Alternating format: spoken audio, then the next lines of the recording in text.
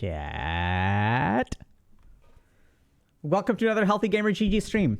My name is Alok Kanoja. Oh.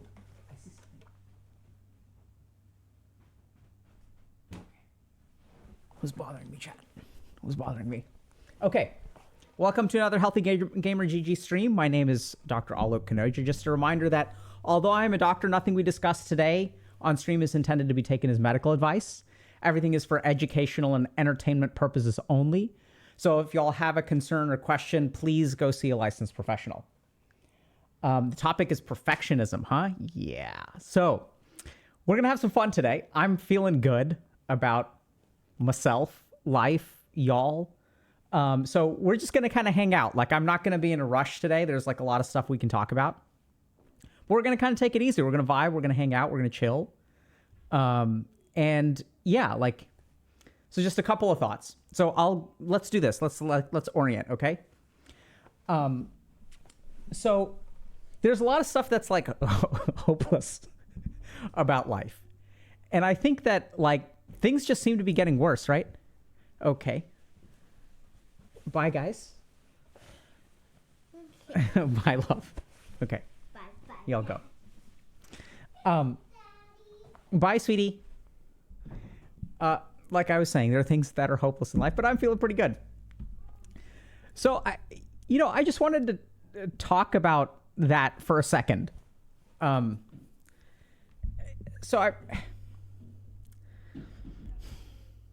things seem rough, right? So if you look at like, mental illness is getting worse, like suicidality, I think is increasing. We're seeing, at least in the United States, like more mass shootings, like people are getting like more and more upset about stuff. The world seems to be going to hell. Wealth inequality is increasing, all this kind of stuff. And despite advances in neuroscience and scientific research and all this kind of stuff, like it seems like some of these problems are kind of like not getting fixed. And I've seen that especially people that are like young today, right? So I'm a millennial, I think. And like the millennials is kind of when it started, but like things have been sort of like going downhill in a lot of ways. But I'm actually like really optimistic for a lot of reasons. So the first is that I think that we haven't really leveraged our advantages as well as we can. So we have these platforms of communication like Twitch and stuff like that. And, if the comments are to be believed, I've helped way more people than I ever could in my office, like practicing as a doctor, through some of the stuff that we make. And I also think there's all kinds of actually revolutionary stuff that's happening in the field of mental health, which we have not taken advantage of. So the core of the problem is, if we look at mental health, it's getting worse across the globe. And why is that, right? If we're investing so much in science and stuff, like, why is this not working? And I think the key thing is that we have, as a society, we are on the cusp of something that I think is really big, which is changing the way that we look at mental health to be outside of the mind. So I think this is a core weakness that we have. So I've been doing a lot of research on things like addiction, trauma, and even things like gut microbiome. So if you look at anxiety, for example, people who have anxiety disorders, they have a different microbiome. So they have different kinds of like bacteria in their gut that produce different kinds of neurotransmitter precursors. And that if you eat particular kinds of food, that will actually cultivate healthy bacteria that will provide you with more endogenous serotonin. So there's a bunch of stuff from the GI world that we're just learning about, like literally a diet that can be tailored to your cognitive experience, whether you're anxious or you're depressed or you have low energy or whatever. And that like you can actually like address that, not just by seeing a therapist, but that you can build mental health by using your GI system. There's a lot of stuff I've seen recently from the field of cardiac medicine, where we've learned, for example, that like the heart's capacity to respond to stress is impaired with people who have trauma. So you may say that's kind of weird, but aren't they stressed out all the time? Exactly. So their ability to respond to stress is actually impaired. So they're always at a high level of stress, so they don't have a whole lot of wiggle room. And we're actually learning particular cardiac techniques that can reset your nervous system to be in a lower stress state. And this is literally what some of these like evidence-based psychotherapies will do, like EMDR, for example. And there's like all kinds of stuff. So the other thing that we sort of know is like the immune system and the nervous system. We talk about mental health as if it's in the mind. But mental health is not just in the mind, it's in our entire nervous system. So the way that our body responds to stress, the way that we perceive different things will change the function of our autonomic nervous system. And you can reset that nervous system as well and improve mental health.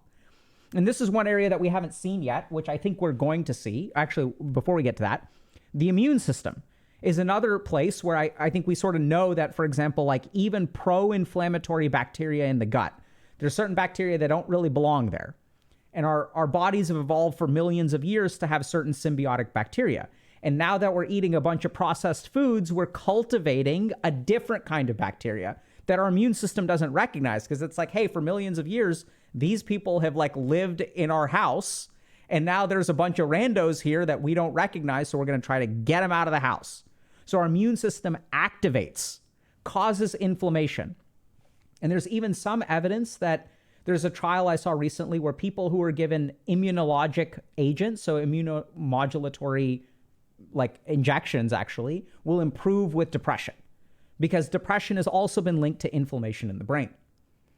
And the last system, and I don't think we've seen anything yet, but like I'm happy to make a prediction. I don't do it often.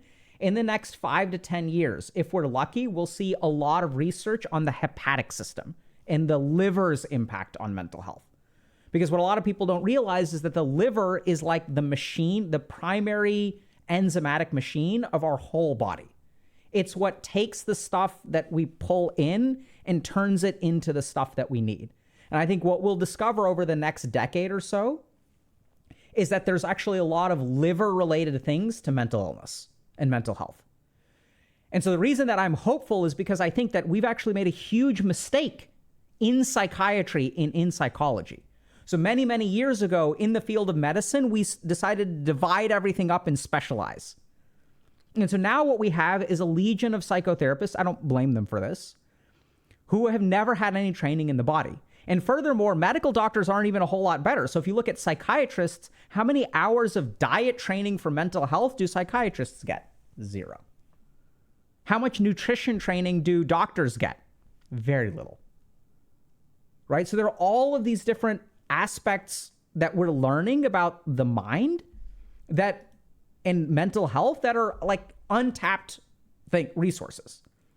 Because right now we don't approach things from like a dietary angle, right? We're starting to do some, right? So gut microbiome is really hot right now. And so I think that like, give it some time, y'all. Like it's not, I know it seems hopeless, and I'm not saying that a lot of things in the world aren't going straight to hell, but like we just have not leveraged the advantages that we have. And once we start leveraging those advantages, I think we're capable of so much more. And even if you look at this community, like, what did we do here? Like, think about what did we do here? Like, what is this? What are we doing? So I recently got some statistics that we reach somewhere between 3 and 8 million unique viewers every month. It's wild. What did we do here?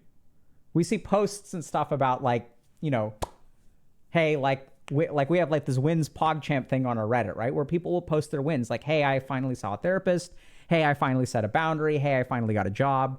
I saw something from someone. It's great. We'll take a look at it. It's a post about someone who signed up for coaching, right? And we sort of like, we just like showed up and we started leveraging the tools that we have today.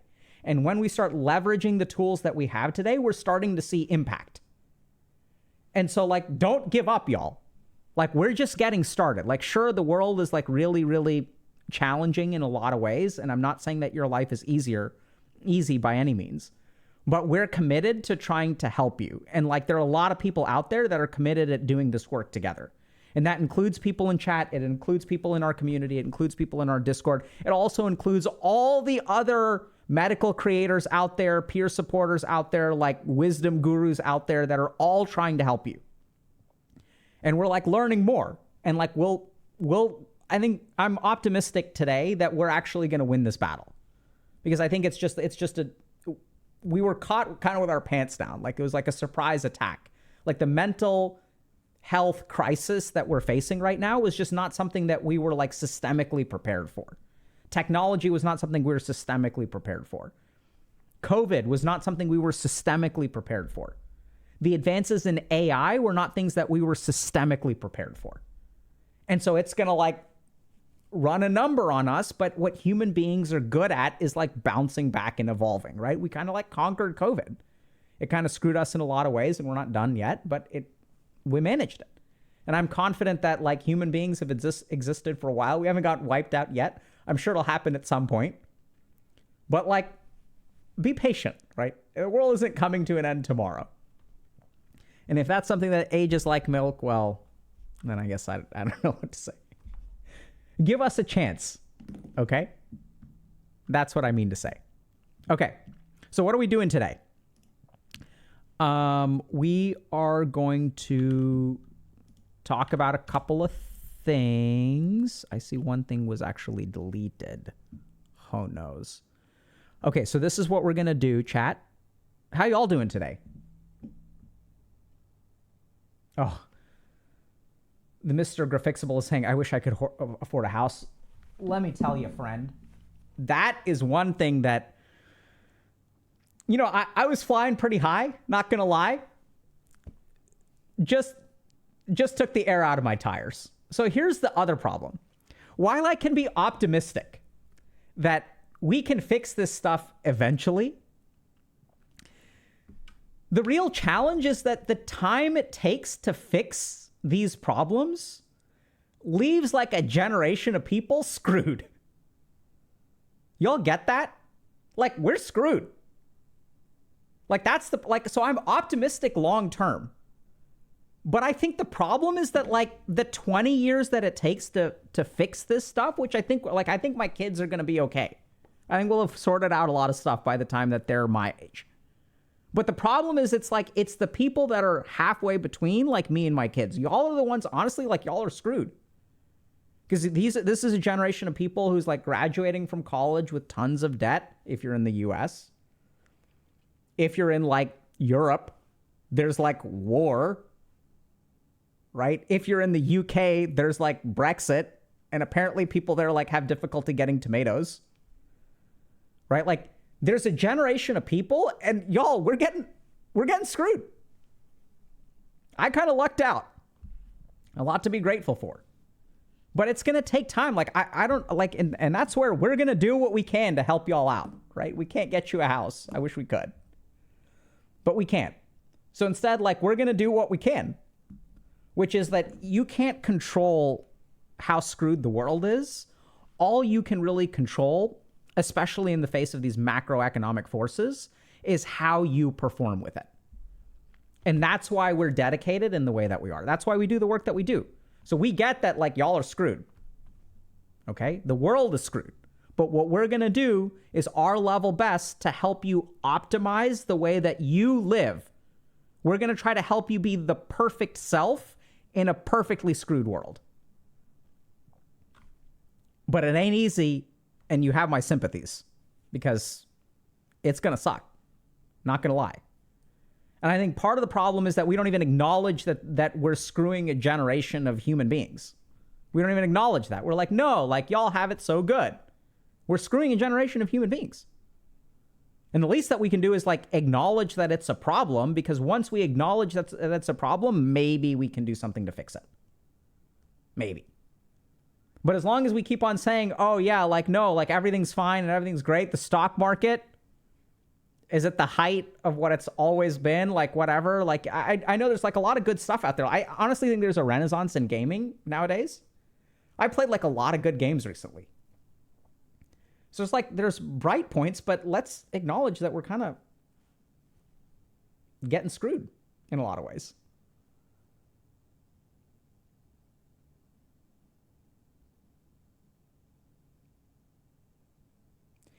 Jane Peanut, isn't every generation screwed for a different reason? Absolutely. But I'd also say the way in which people are screwed is also different. So there's been a lot of advances. So like infant mortality is at an all-time low. Well, I wish I could say that. That may not even be true. Generally speaking, things are better. But I think that one of the things, Jane Peanut, that has changed is that we're starting to see declines and upward trends that we've never seen before. So a good example of like why today is different is if you look at humanity, life expectancy has been steadily increasing over the last 100 years. We've been like winning the war on death. Literally. Life expectancy like 200 years ago was maybe like 45 years or something like that, 40 years. And like every couple of years, like things get better and better and better. Like dwarf wheat was invented. So now like we tackled a lot of like starvation. So people started living 20 years longer. Then we discovered penicillin. And then someone discovered insulin, right? And then like we started like chunking away at death. We're just like fatty crit after fatty crit after fatty crit. And now what's happened is life expectancy has decreased. Maybe even for the first time in the history of humanity. Like, I don't know. Like, I don't know the statistics that well, but like, I don't think it was like, you know, like we were seeing a worldwide decline in life expectancy. So I think things are like getting worse in a different kind of way. And I'm not saying that they're, you know, I think in some ways there's some measures that people before us had it easier. There's some measures that people before us had it worse. Like all those measures are there. But I think the key thing to understand is that we can't relax. And we have to face like modern problems with like modern solutions. We can't, what used to work is no longer working. So 100 years ago, what killed us was too little food. What's killing us today is too much food. So the way that we adapt to the world that we live in needs to change. And so the key thing, I think the biggest mistake that we make right now is we've assumed that the strategy that got us to this point is the strategy that will work from here on out. And I've seen this, like there's a favorite, I have a favorite quote, I think from like college basketball or something, or no, NFL or something like that, where there's some coach who's quoted as saying like, the hardest thing to do is to walk into, you know, in the finals, to walk into the locker room at halftime and tell your team that the strategy that worked this entire year is no longer working. And everything we've done to be successful up to this point doesn't work anymore, and we've got to change it. And you've got half of the game left. I've seen it firsthand too. I've done a little bit of work in esports and worked with people that have had strategies that have worked. And sometimes you're on the cusp of elimination and you got to talk to your team about, hey, everything that's worked right so far, we have to toss out the window. Okay? It's hard. It's hard to do that. And this is what's happening societally right now, is we're just, what's worked just isn't working anymore. And we've got to adapt.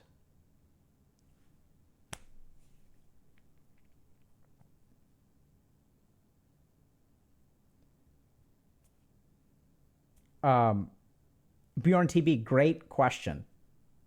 I think we'll address that in a post at some point.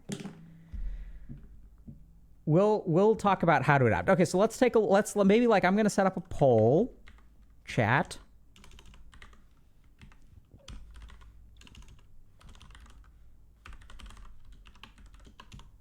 Let's see if this works. Let's see. Okay, so we don't want this. I don't want to see myself streaming. I can't stand myself, chat.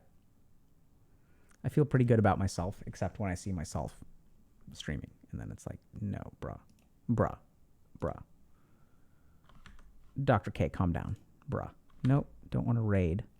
We're going to do a poll. Okay, this is what we're going to do. Okay? I'm going to share with y'all our topics for today. Okay, so let's take a look at this. Do we have chat? Okay, there's chat. Okay. So we'll talk about group coaching in a second. So I'm so tired of, if you aren't happy alone, you won't be happy in a relationship. Talk about this.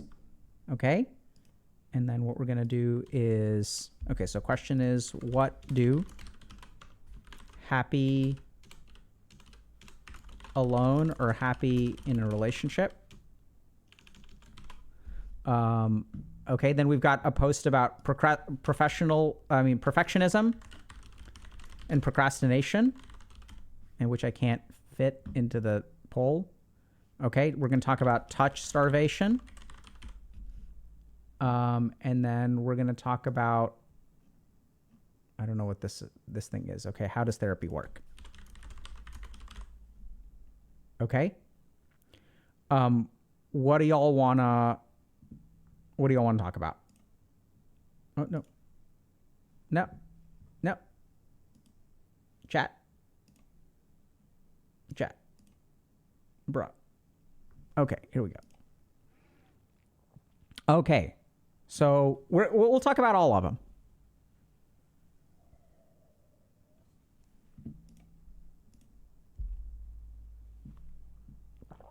Okay, let's do it. So touch starvation first, happy alone, and then perfectionism and procrastination. Okay? How do you date when you're middle-aged and you have no relationship experience? I imagine the same way if you're middle-aged and have some relationship experience, actually, right? The action doesn't change. That's what's kind of wild. Is everyone thinks that, like, okay, so how do I do this if my circumstance, how do I study if I've never studied before? And it's like, well, you know, you start as if you've never studied before. You start as someone who's like learning how to study. So I'm not saying that it's easy, but I think that there isn't. So it's like, if I've never exercised before, how do I get into shape? Let's use that example, right? The answer's still the same. There are some unique challenges that you'll face, but generally speaking, the way to get in shape is still the same.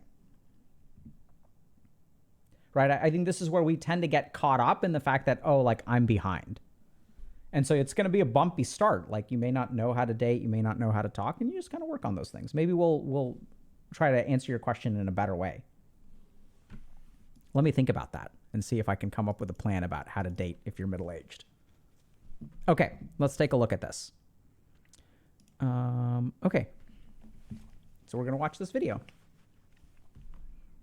I am really struggling with something, and I want to talk about it. But before I do, I need people, if you are a parent, I am really struggling with something, and I want to talk about it. But before I do, I need people, if you are a parent who was like touched out by your children, I do not want to see you in the comments. If you are someone with any kind of neurodivergency and it manifests or shows up as you not liking touch or people touching you, I do not want to see you in the comments.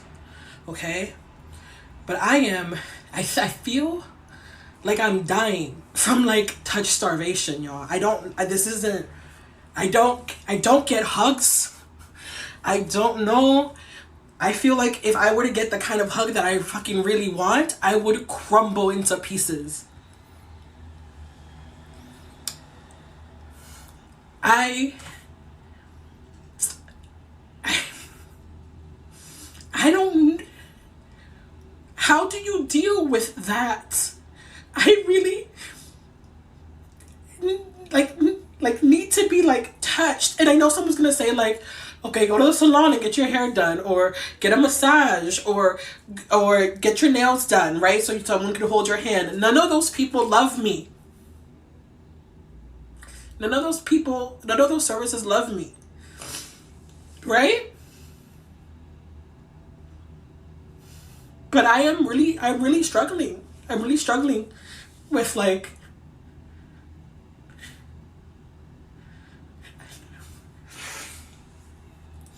I don't get hugs.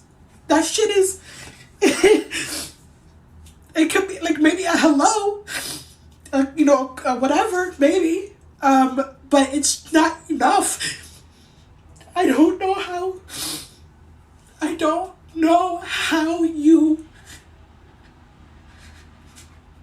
how am I gonna go the rest of my life like this?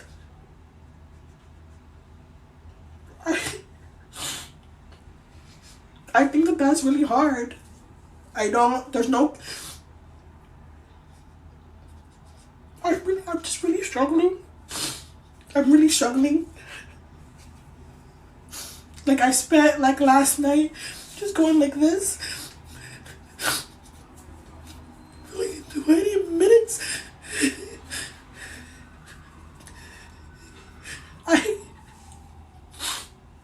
I'm just, if anyone else is struggling, what are you doing? Okay. So that is some heavy stuff. And I hate to say this, but I think she is spot on. I think she's really tapped into something that I think we've sort of struggled with. So let's start by understanding a couple things. The first is that this is not a isolated experience. I also think something that a lot of people don't realize is that this is also not like a gendered experience, right? And the other really interesting thing is, even if you talk about some of the stuff around like neurodivergence and people who don't like to be touched, I've heard a lot of people who are neurodivergent and don't like to be touched, but are also starved for touch.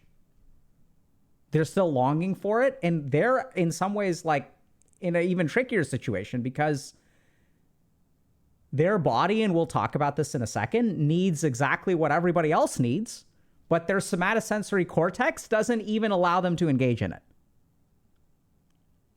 Right? So this is something that's kind of wild, and I don't want to talk too much about neurodivergence because I think this is a broader problem, but like,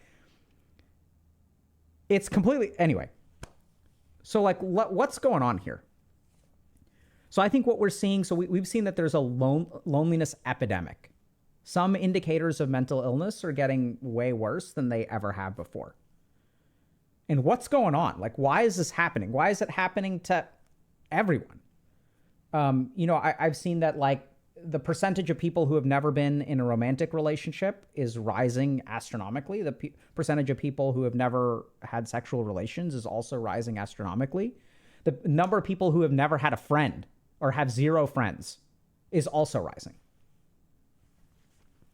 So I think this is going to be kind of weird. Like, we're going to talk about science for a second, but I think this goes like way further than science.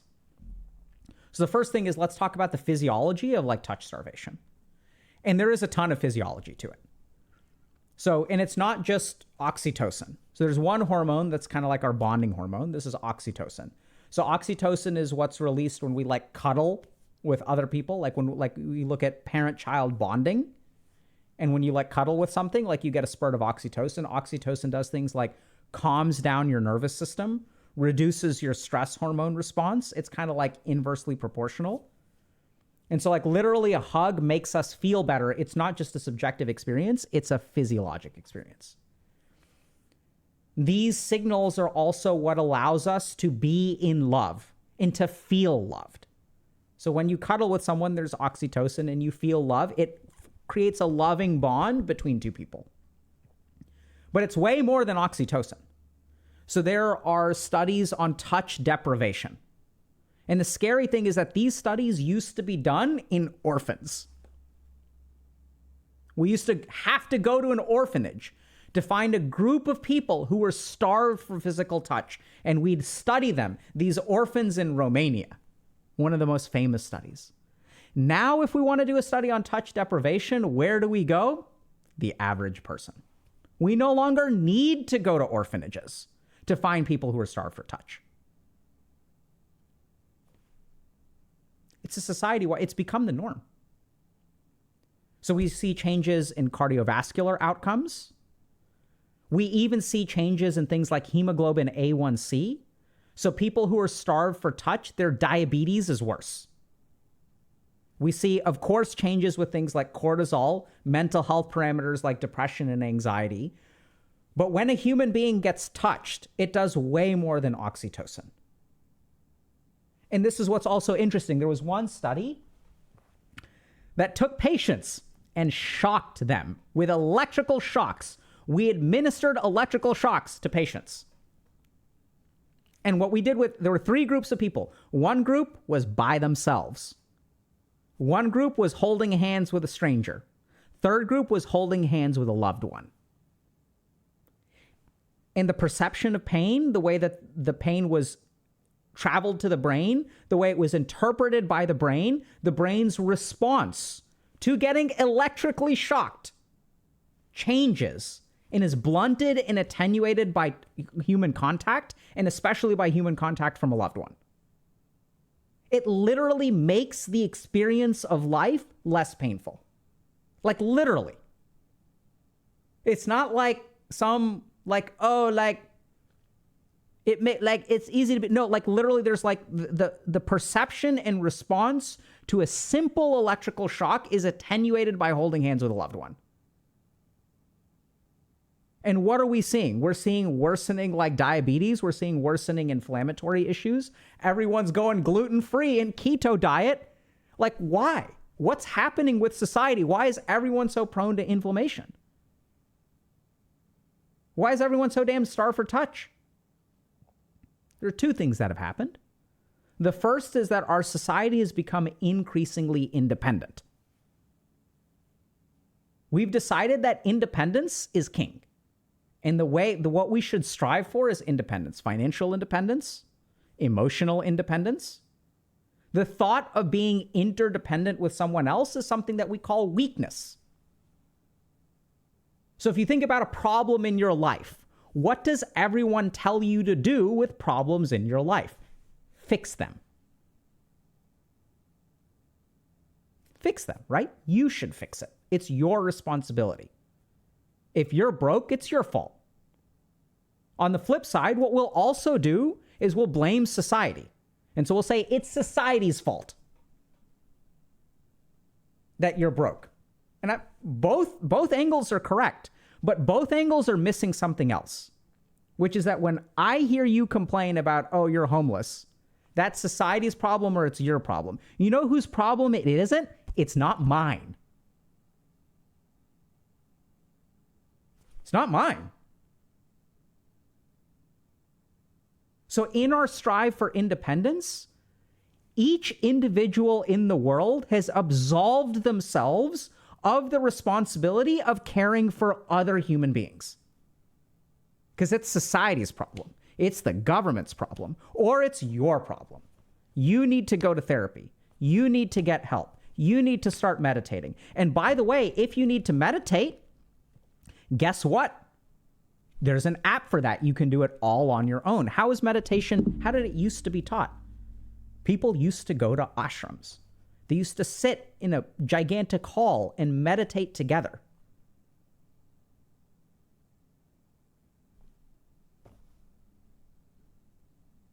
So we've decided that independence is king. We've decided that the needs of the individual surpass the needs of the community.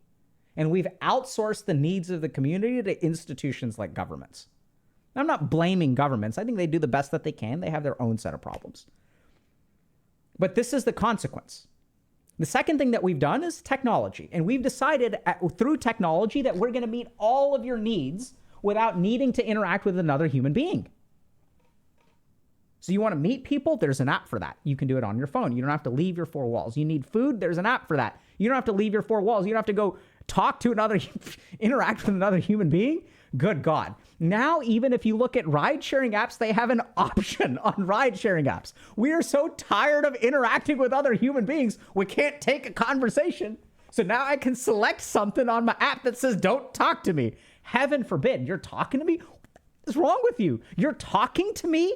I did not invite you to talk to me or interact with me, and heaven forbid that you touch me in any way.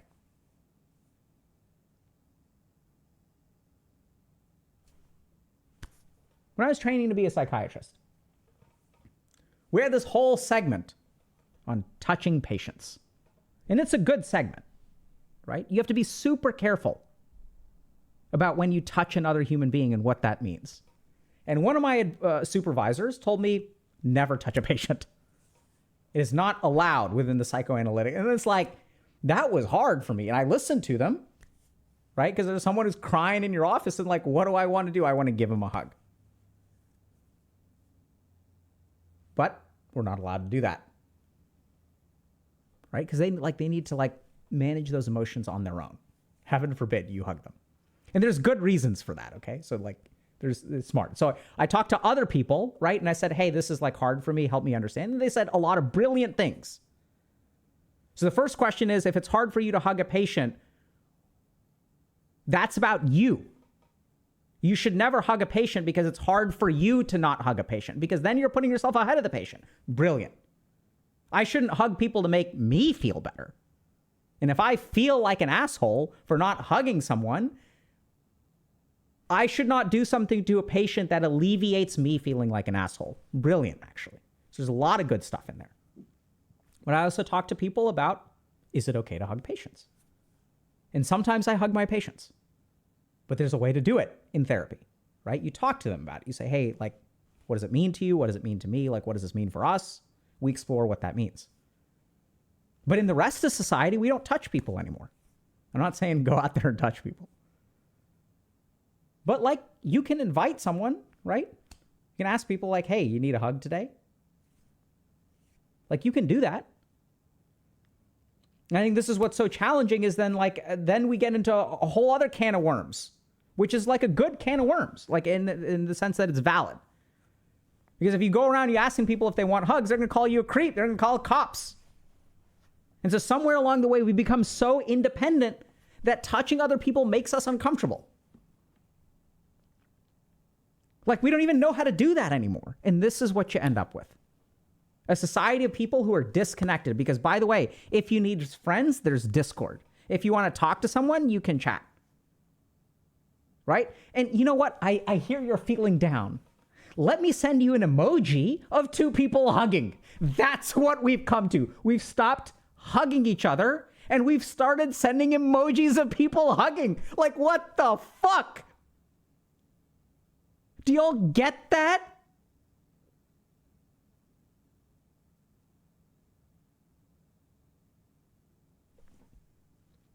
We've created substitutes for human needs. It's not actually fulfilling the need, it's a substitute. I recently learned that there's a virtual girlfriend app. Don't have a girlfriend? Here you go. Right? And now we can get human-shaped pillows. And we can even get sexual devices. And we can substitute a relationship in so many different ways. And it's only a matter of time before someone takes ChatGPT and outsources an API to make a virtual girlfriend who adapts to you and learns like a human intelligence. Substitutes, substitutes, substitutes, substitutes. Instead of like actually giving people what they need. And why? Because the individual humans today don't want to give people what they need. It's not society. It's like each and every one of us. This is what's happening. Right? And there are a lot of people out there who are, as we're watching this, are like somewhat like, give that lady a hug. And that's what I felt too. But this is the other problem. Like, it's great that we had that emotional reaction and that she was raw and she shared her experience that resonated with a ton of people. But just think for a second at what it takes to get someone to hug that person. She's literally got to put something on TikTok that explodes. And that's the threshold for human contact. That's the hurdle she has to jump to get a hug. We can't do that. We've got to lower the threshold to help other human beings.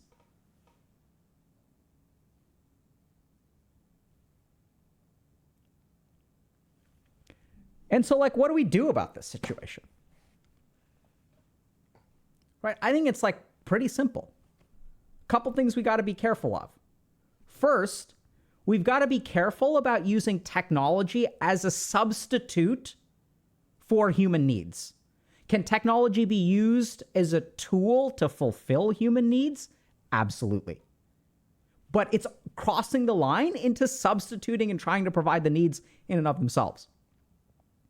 Second thing that we've got to do is we've got to stop blaming people for their problems and stop blaming society for their problems. We've got to start blaming ourselves for other people's problems, which runs completely alien. Right? And that's like literally why I started streaming. Because I was like, you know what? I can do more for people. It's not about like, I got frustrated with like certain institutions that are related to my profession. And I thought they weren't doing enough. And there are like good reasons for that, right? They were like busy with other things, like opioid epidemics that were literally killing people. And these were like dormant problems, or subsurface, not dormant. And so y'all the only way this works, I can't do it by myself. I can't even do 1% of the work that needs to be done. Because what people need is hugs. Like, I can't hug everyone on the planet. I want to. There's a part of me that really wants to. I think it'd be cool. But like, I can't do this I can stream on Twitch. I can talk to y'all, but like how close can you and I really get?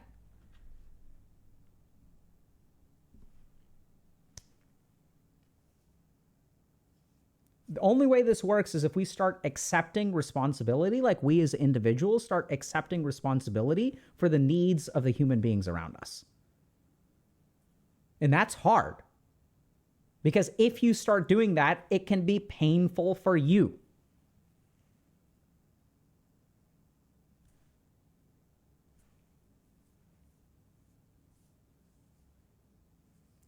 And so that's the core of the problem. Because what's happened in our society is we've decided we move further and further along the road of, if it's painful for me and it benefits someone else, I don't have to do it. And I actually agree with you there. You don't have to do it. No one else is entitled to your sacrifice.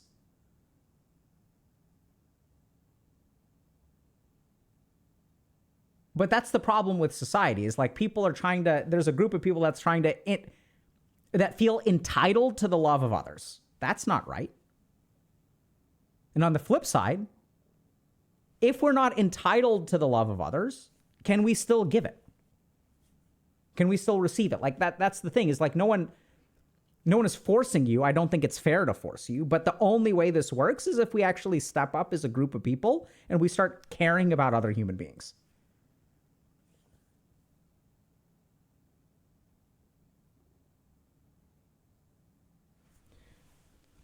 So I want to share with y'all a couple of other just random statistics. Yeah, I think Prime, thanks for the raid. Appreciate it, bro. Nice to see you again. Prime, I think, is a fantastic example of someone who's out there doing the good work.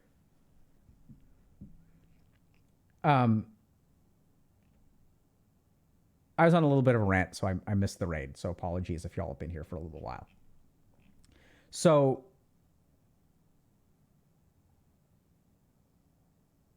many times, there's a lot of great comments, right? Because like, I think especially this community. So let's talk about, so Gambit Mojo is saying, also many times I feel like I'm the one giving, but no one else is giving to me and I feel drained.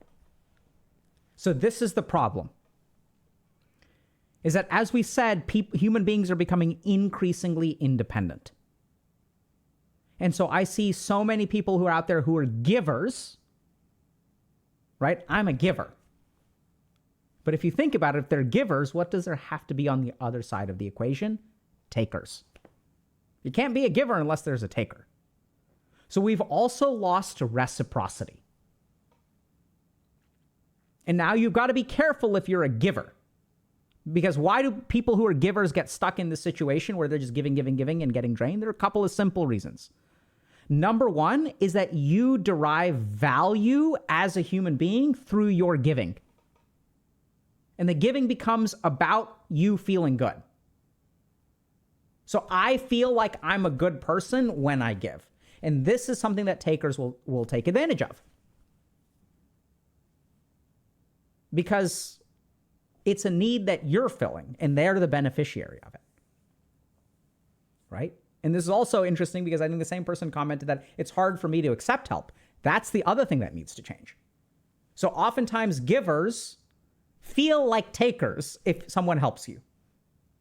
And so you knock them away because you're the giver, you're not the taker. And then what you knock off the table is reciprocity. And when you knock reciprocity off the table, people are going to take advantage of you and you're going to get drained.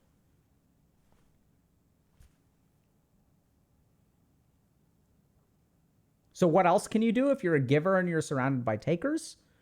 Start accepting what people give you. Because if you're not careful, what you're going to do is actually reject all the people who are looking for reciprocal relationships. Because you don't want to burden them. and they don't deserve to deal with your problems. And so what you actually end up doing, because of the way that you feel about yourself, is rejecting someone else's hand of friendship. And then who are you left with? All the people that will take and take and take and take. Right? So it's super hard. But if you're a giver, learn to accept. And then something beautiful will happen. If you can learn to accept, then we'll enter reciprocity. Then we start leaning on each other. Then we become interdependent as opposed to codependent. Right? I help you out, you help me out. That's when a bond really forms. That's what's really important for human relationships. What a lot of people don't understand about even something like developing friendship, there's research on this, that owing a debt, paying a debt is one of the things that bonds people together. So when I ask you for a favor and you do it, and then you ask me for a favor and I repay it, that is how people become friends. And the problem is that so many of us don't want help, and then we feel alone because we're missing one of the key things that is involved in forming friendships even. So it's tough. I get it. I really do. But if you're a giver, you got to watch out. You got to learn how to accept help. Great, great, great, brilliant comments. Very insightful.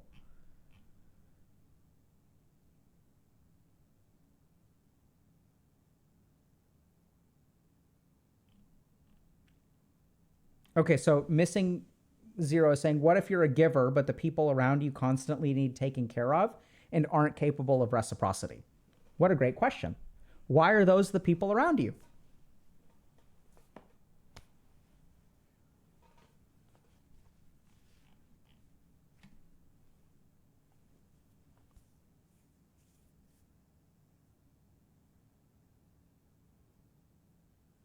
So this is what's really weird.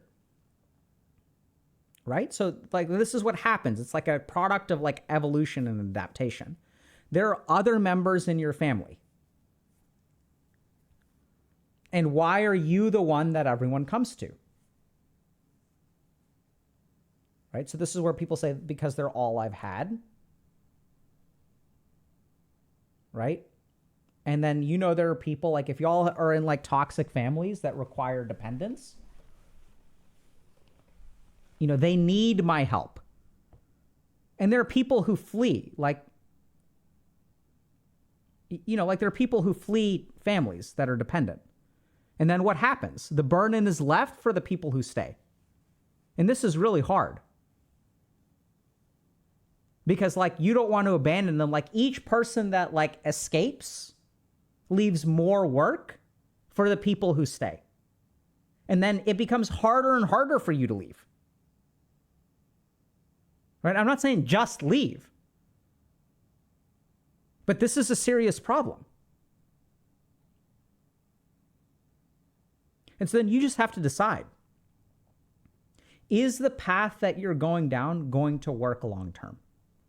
Because what I oftentimes find is that if you have a dependent family, one of the things you've got to be careful about is doing things for them that they can do for themselves. They don't know how. Well, how did you learn? Because oftentimes families are older than you. And how is it that you're helping your parents with something? Like, where did you learn? Because they certainly didn't teach it to you.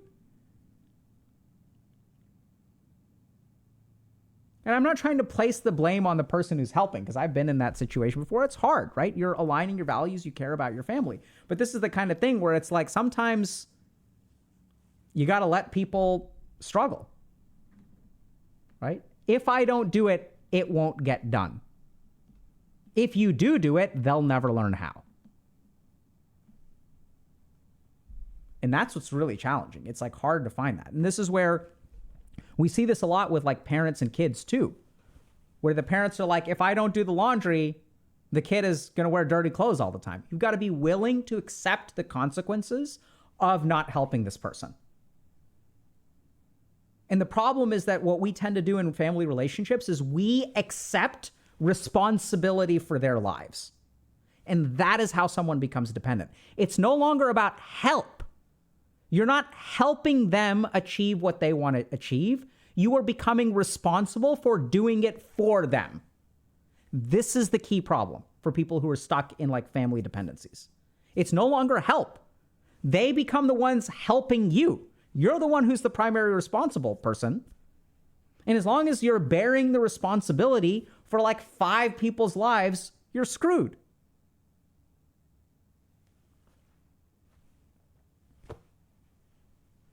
Right? So in life, people will shovel as much responsibility on you as they can get away with. And this is the problem, is like, they're like, here, hold these groceries. And then if you say, no, no, no, and then they let go, you have to be willing to let them fall. So you have to let people deal with the consequences of their actions. But oftentimes we try to protect our loved ones from the consequences of their actions. I've seen this so many times as an addiction psychiatrist. Parents are bending over backwards to try to keep this person from getting back into drugs. They accept responsibility. We're going to make sure that our child stays sober. And what is the child actually doing? Sneaking out and working against the parents, because the parents have taken all the responsibility. Child knows, hey, there's a safety net. So I can do whatever I want to. Mom and dad will be there to clean up the pieces after I screw up. It's really challenging. I struggle with that too. It's like hard. I don't know. Like when I say this is hard, the way I've learned how to deal with this, I don't know if y'all get this. I had years of professional training where people taught me how to do this. Like literally, like if you've got a patient who's depressed, how do you deal with them not showing up for appointments? Because they're depressed. They have an illness. They can't get out of bed. It's a very difficult line to walk.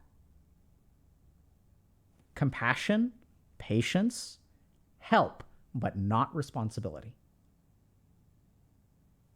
Give them the other 3 by all means.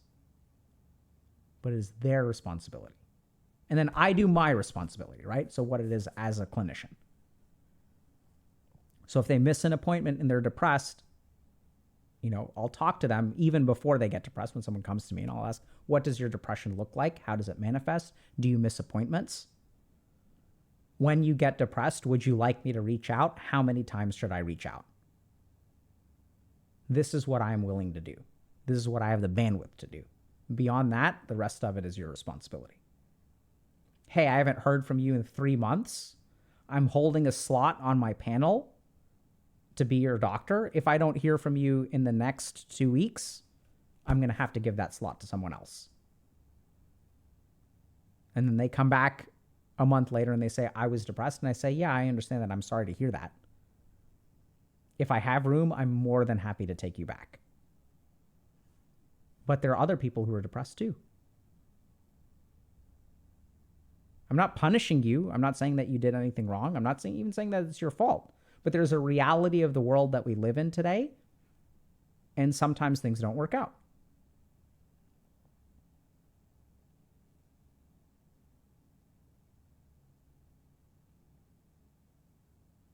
So 420 Neko saying, if someone gives up, I should give up on them? No. But you can't force them to not give up, right? You don't give up on them, but you can't bring them to not giving up. You want to absolutely support them, but do what you can. Compassion, patience, presence. Be there. But you can't force them into not giving up. You can't accept responsibility for them not giving up. That's on them.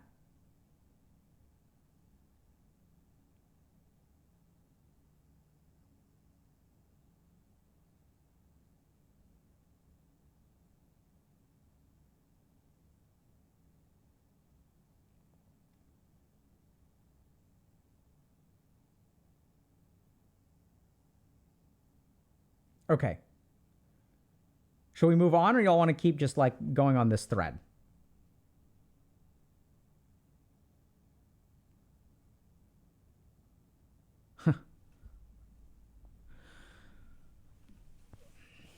So this is beautiful. So Seiko 5 is asking, what should the lady in the video do? This is where I'd say the lady in the video has done enough. She's done a ton. This is exactly my point, right? Who does the responsibility fall on? What should the lady in the video do? She's done enough. Who needs to step up is the people who know her in her personal life. They're the ones that need to pick up the torch.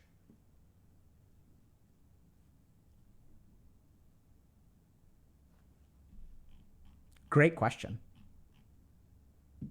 That's the thinking. Because what can she do? This is the whole problem. When it comes to relationships, we can only do so much. And at some point, someone else has to do the lifting. Oh, not all of y'all know the video? Here. This was, I've only been talking about it for what, like 30 minutes? I'm going to just link it here. You guys can check it out.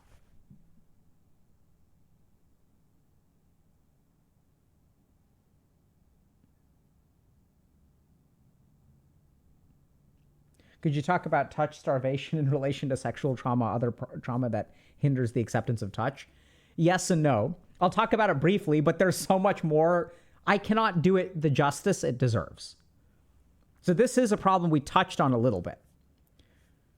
So what's really challenging about touch starvation is that the need for human touch can be completely independent from a triggering response to human touch. So this is kind of like, it's almost like, if I have like a stomach virus, like an enterovirus or something like that, and I'm vomiting, I can't keep anything down. My body still needs food, and I still need fluids. Do y'all get that? Those are completely independent things. If I can't keep anything down, I still need calories and hydration. This is the situation that people who are traumatized and touch starved are in. They absolutely need something, but they cannot tolerate it. Very difficult situation to be in. We also see this, for example, in neurodiversity, where people will have somatosensory problems, right? Sensory issues that make it hard for them to touch. And this is the thing, like we in society, we want it to be fair. We want to say like, hey, like it shouldn't be like that. That's not fair. I need touch and I can't tolerate touch. Like how am I supposed to fix that if I can't handle it and I need it? And it's the same problem that people who have stomach viruses and are vomiting and need hydration have. Literally the same problem. It's not fair to them. And you know what happened to them? A lot of them died before we invented IV hydration. Then we figured out, oh, great, we can hydrate the body by bypassing the stomach. Now the question naturally becomes, what is the IV hydration of touch starvation after someone has had a physically abusive, triggering, traumatic experience? I wish it was as simple as plugging something into your veins and like giving you oxytocin. Chat has a lot of the answers. So one thing is animals. There's data that shows that animals can help us. And that's true, by the way. There are studies on touch starvation and things like cats and dogs. And even touching animals is sufficient. And that's where one of the things that we have to understand about trauma is it's about gradual desensitization to a particular thing. Now, the challenge with gradual desensitization is that it in and of itself can sometimes be traumatic. That's what's so challenging about exposure-related therapies, especially when it comes to trauma. So that's where I think a lot of it is like really, really, really good communication and tolerance and taking it slow. Right? So this is going back to like hugging your patients. Got to be super careful with patients who have trauma. You can't hug them for your sake, but you can ask. Right? So sometimes when I see patients who are being discharged from the hospital and they want to hug me, I will hug them. Sometimes that's also people who have a history of trauma. And so you got to take it slow and recognize that the responses of your nervous system, of your physiology, are actually protective mechanisms that were wired in a different situation. So if we think about things like exposure therapy, there's literally a sensory trigger that evokes a particular response. So if we look at PTSD for like war veterans and a door slams, they think it's gunfire and their body goes into high alert. So every time they're in the parking lot, people are slamming doors and they feel like they're back in a war zone.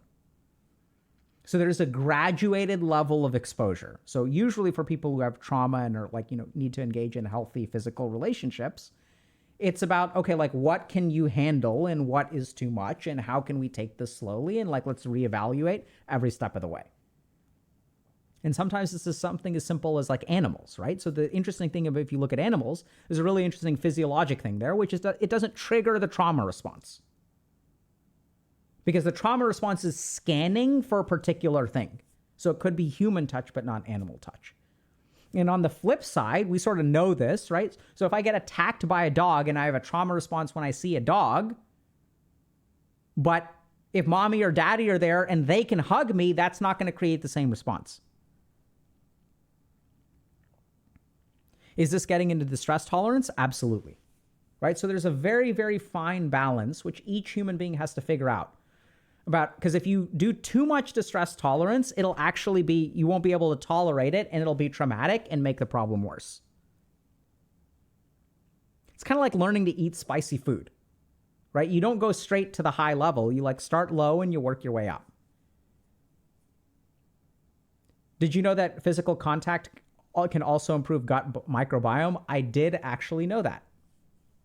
Yes.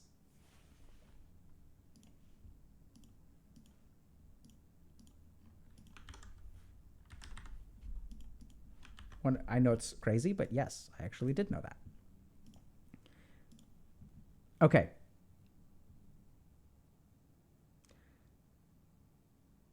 So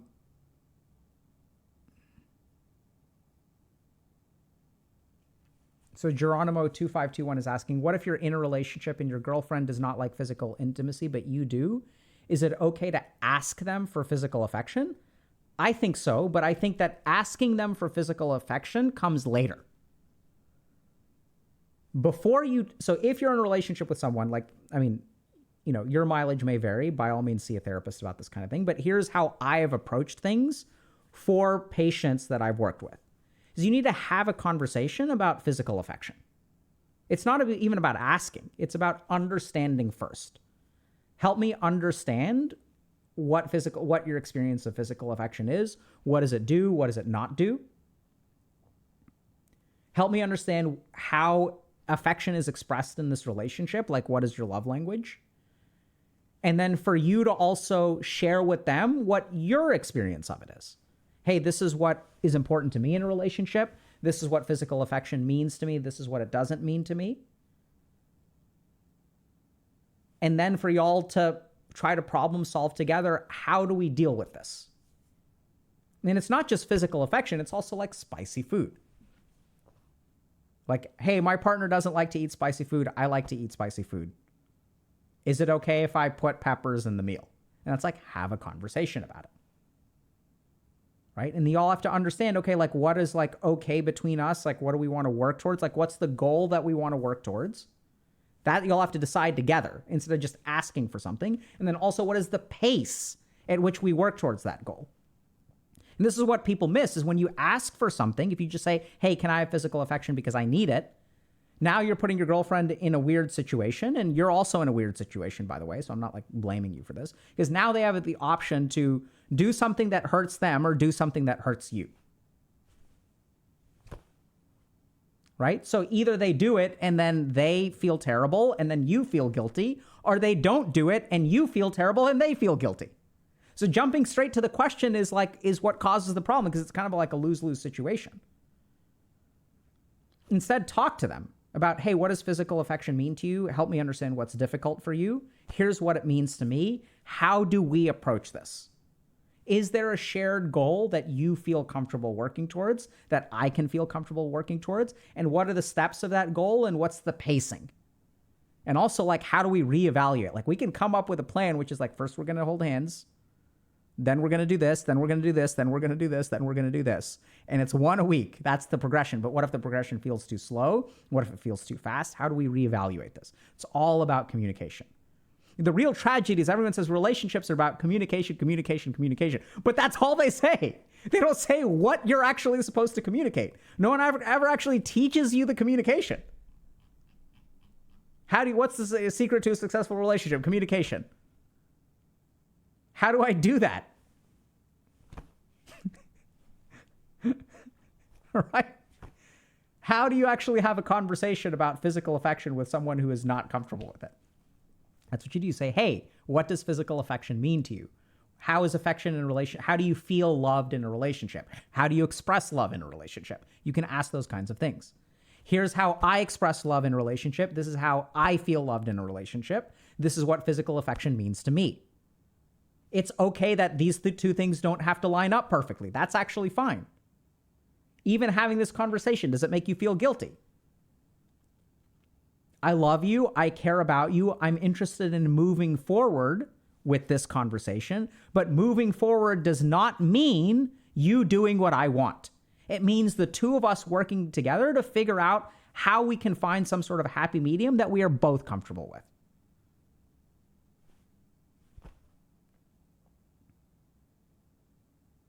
Where do you think we should start? Carrie the Platypus is saying, I always feel so guilty for not being touched. Absolutely. Right? So then you're screwed for a whole different reason. Not only is it hard for you, then there's the guilt.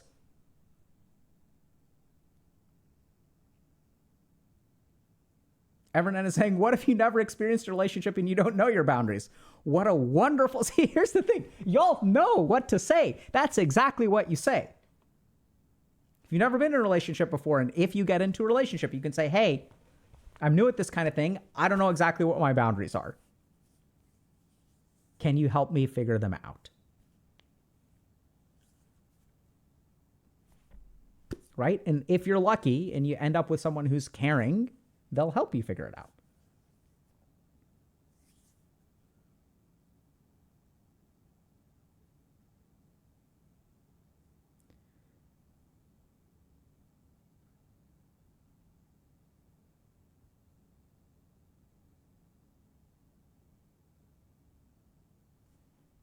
Okay. So are we just talking about touch and physical stuff today, or you guys want to talk about other stuff? Let's do a quick poll.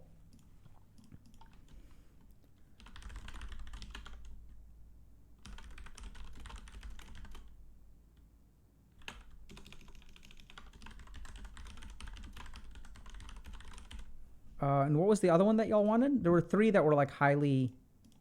Oh yeah, happy in a relationship. Yeah, we could talk happy.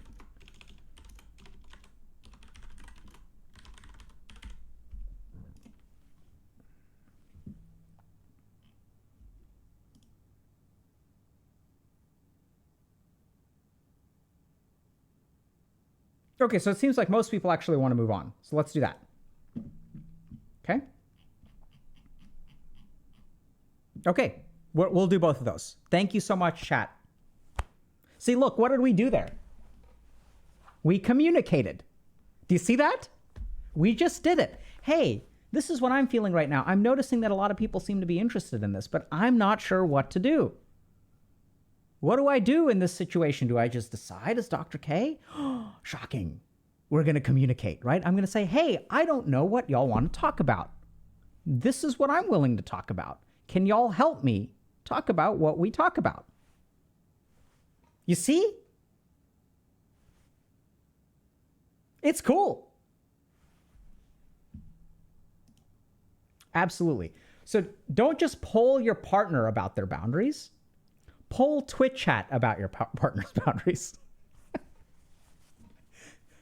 Twitch plays Let's Go on a Date.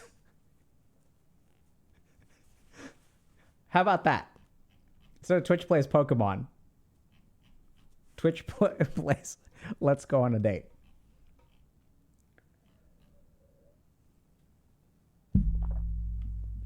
This is the thing. I know that y'all pretend to be degenerates and competent and whatnot, but y'all actually know stuff really well. Like y'all are smart. You're attentive. I feel like there's a lot of people in our community who struggle in a lot of ways, but I honestly feel like we get the best version of you. We really do. It's great.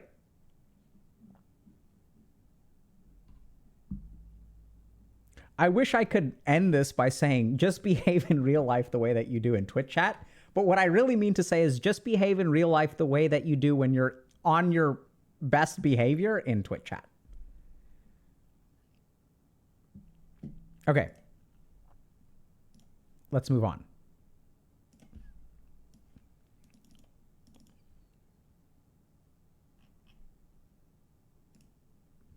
Okay. I'm so tired of if you aren't happy alone, you won't be happy in a relationship. Sorry if this is somewhat incelly, but I just have to say it. The only time I've ever felt fulfilled in life was the last time I was in a relationship, almost 3 years ago. The cliche comes from a kind place, but it is just not true for me. I have hobbies. I have friends. I'm mostly physically healthy, but it has been so long since I've known why I had woken up. I didn't expect this to get much of a response. Thank you to everyone who replied. I like the general advice. I have the general advice, so I won't continue to make it about me by giving more details. Awesome. So this is a problem, right? That a lot of times we get told that if you can't be happy by yourself, you have to be happy by yourself first before you can be happy in a relationship. But what if what makes us unhappy is being alone and not having someone to share our lives with and not having someone to love and not having someone who loves us? Are we supposed to be happy without some of those basic human biological needs? Right? Because let's remember that we're evolutionary, we're wired to fall in love. It's not a bug, it's a feature. And that part of the reason we're wired this way is because it helps us procreate and progress the species and all that kind of stuff. And so then some of us are out there and we're kind of living our lives and we're doing okay, right? I got a decent job and I'm kind of taking care of myself and I sort of pay my bills and I've got my friends and I got my hobbies and I'm growing as a human being, but I'm not happy because I'm alone. And then people learn how to be happy on your own. And you're I kind of don't want to because I really want this thing and it feels meaningful to me. And I want to love someone and I want to be loved. And am I supposed to give that up? So let's understand, first of all, why people say this in the first place and what they're referring to. And more importantly, what they're not referring to. So when people say you need to learn how to be in a relationship or happy by yourself before you can be happy in a relationship, this is important to understand. We have a lot of psychological needs. Some of these needs, what people will do is fulfill through a relationship instead of fulfilling it by themselves. And this is when being happy only through relationships becomes a problem. So when you are using a relationship as a substitute for other things in life, that's when it's a problem. And what we refer to, I think, when we say you need to learn to be happy on your own, is stop using relationships as substitutes for certain personal psychological needs. We're not talking about the capacity or the need to be loved and to love in turn. We're talking about basically everything else. So what do I mean by that? So as an example, some of us don't feel good about ourselves. We have low self-worth. We do not love ourselves.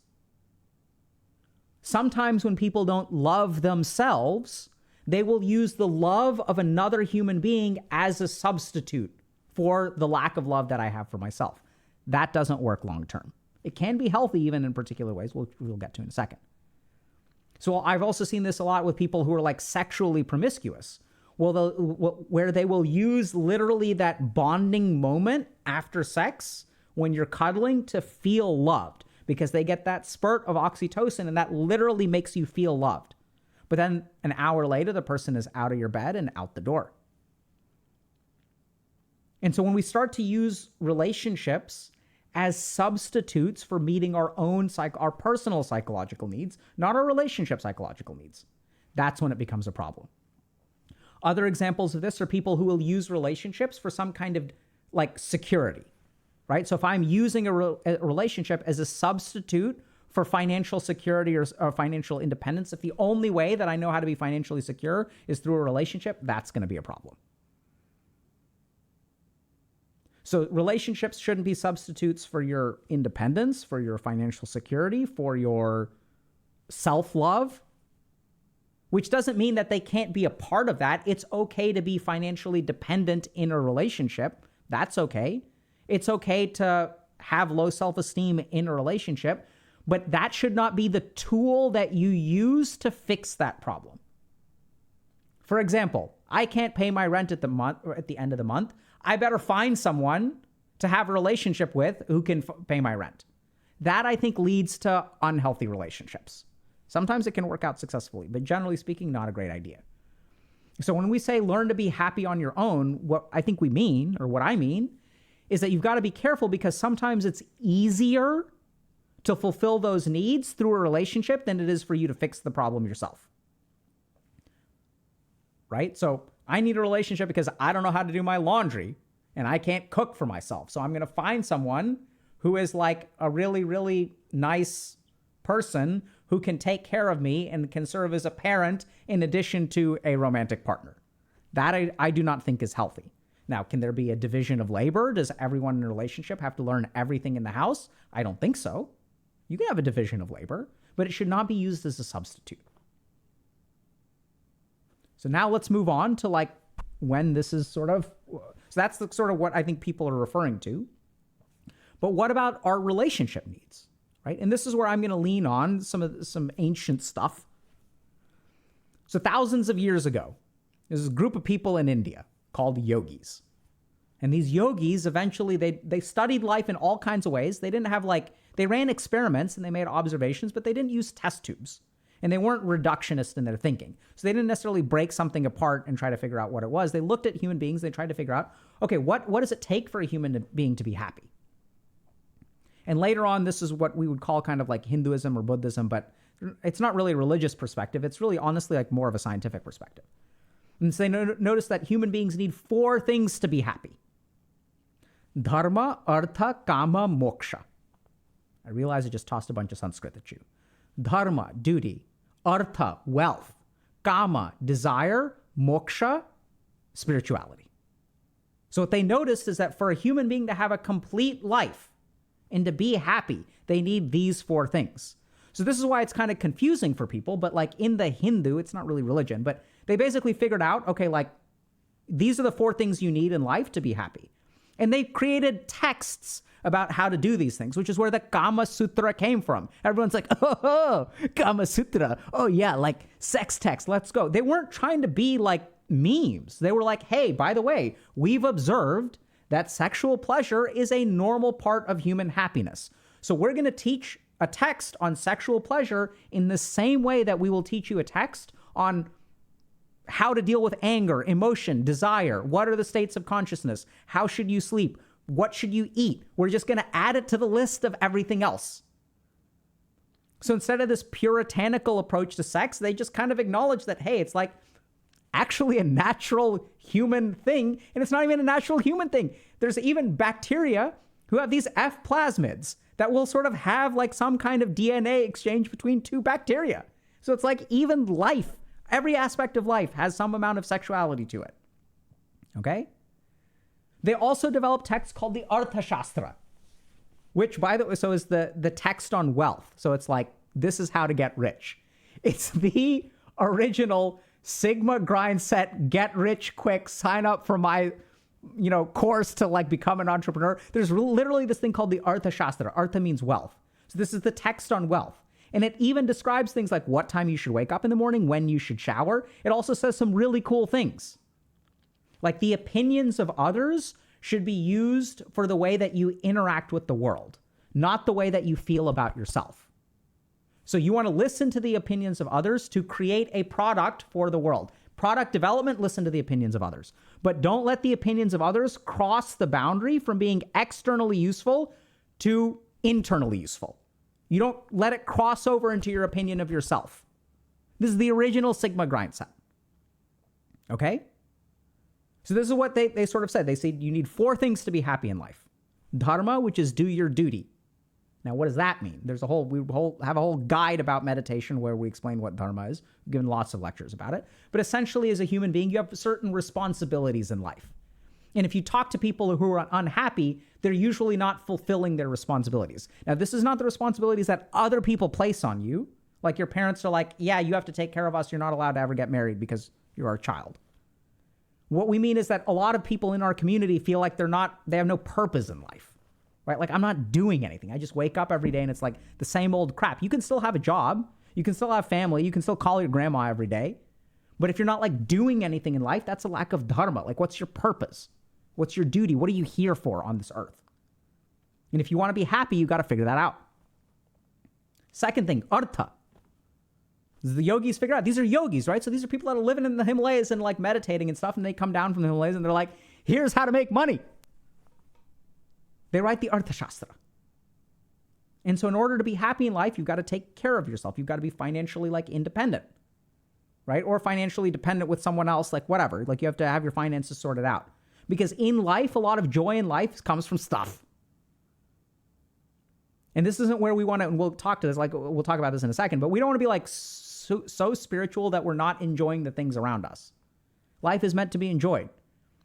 It's not like we have to walk around like eating unripe fruit all day. Like if it's like, it's like strawberry season now, like eat a delicious strawberry and enjoy it. That's part of life. Now we get to kam, desire. So this is another important thing. An important part of having a fulfilling life is having a relationship. So the key thing is that the relationship should fulfill that. That's the box it should check. It should not check the other boxes. So we see this a lot, for example, where if you look at like some of these like, parents on social media, they're usually moms.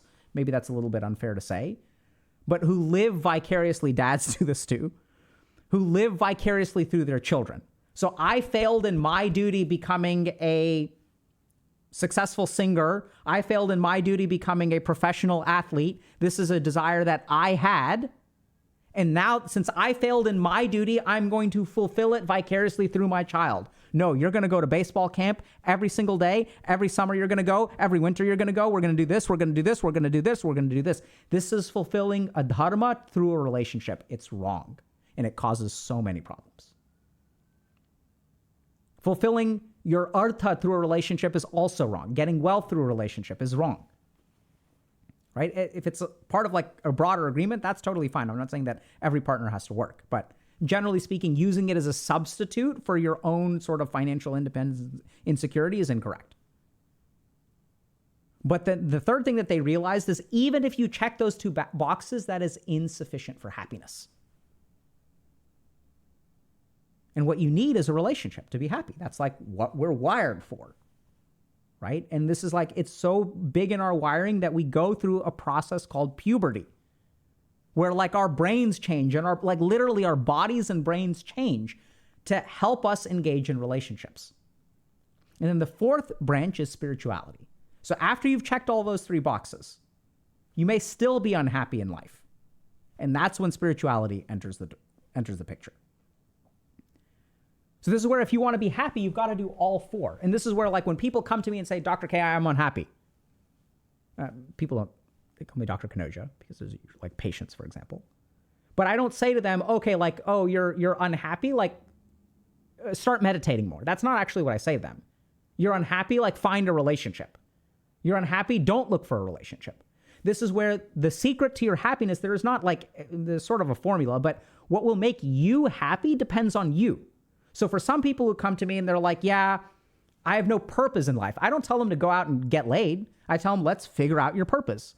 And then there are some people who have figured out their purpose. They enjoy their job. It's fulfilling. They're rewarded. They have money, but they're lonely. And so then we work on relationships. By all means, let's find you a relationship. What gets in the way? What is it like being alone? What do you dislike about being alone? What is it like being with other people? And then sometimes I get people who are a little bit late career. And we work on this in like career coaching, for example. So this is what we call stage 4 people in career coaching. Where these are the people who have checked all the boxes. They actually have families, they have money, they're successful, but they're still unhappy. So how do you help those people? That's when spirituality enters the picture. And the reason that the advice is bad is because everyone assumes that there's one answer for all 4 steps. So there are people out there who will tell you, oh, if you are unhappy in a relationship, these are just thoughts in your mind and you need to learn detachment and let go of that thought and forget your stupid detachment to wanting loved and feeling unloved and all that crap. You can work your way to enlightenment, and you'll see those people at ashrams, right? Oh yeah, man, like, why are you so attached to like love, bruh? Like, I'm living the present moment. That means I sleep with whoever I want to when I want to. Like, why are you so like trying to shackle me? And that $50 you owed me, like, why are you so materialistic? Like, bruh, it's just money. Like, be detached, bruh. Why are you riding me like this? Like, be more spiritual. These are the spiritual leeches who will use spirituality as a substitute for the other things. And I did that, by the way. I failed at artha.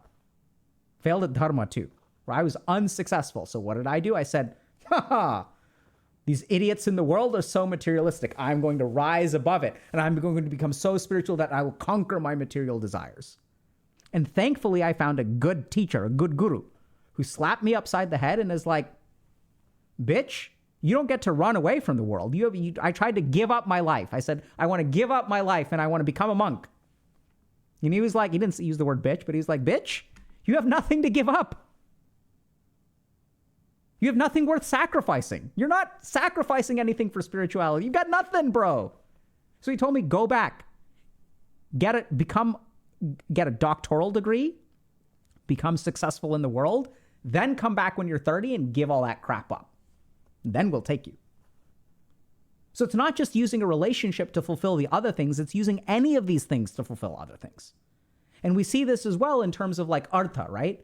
People who feel unloved will surround themselves with material possessions. So I'm going to use my wealth as a substitute for being loved and loving other people in turn. I will let go of spirituality completely and just buy fancier watches and fancier cars and be more bling and more bling and more bling. None of it works. You have to do all 4, and you can't use anything to substitute for anything else. So if you are unhappy because something is missing in your life, chase that thing.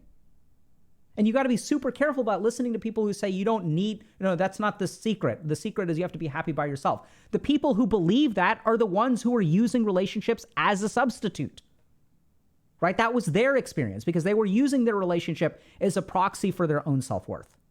And so that becomes true for them, but it may not be true for you. The key thing is not to substitute anything for anything else. And it's a lot of work. I swear to God, it's more work than you think it is because you got to do everything. You got to have a purpose in life. You got to get paid. You got to have pleasure, and you got to be spiritual.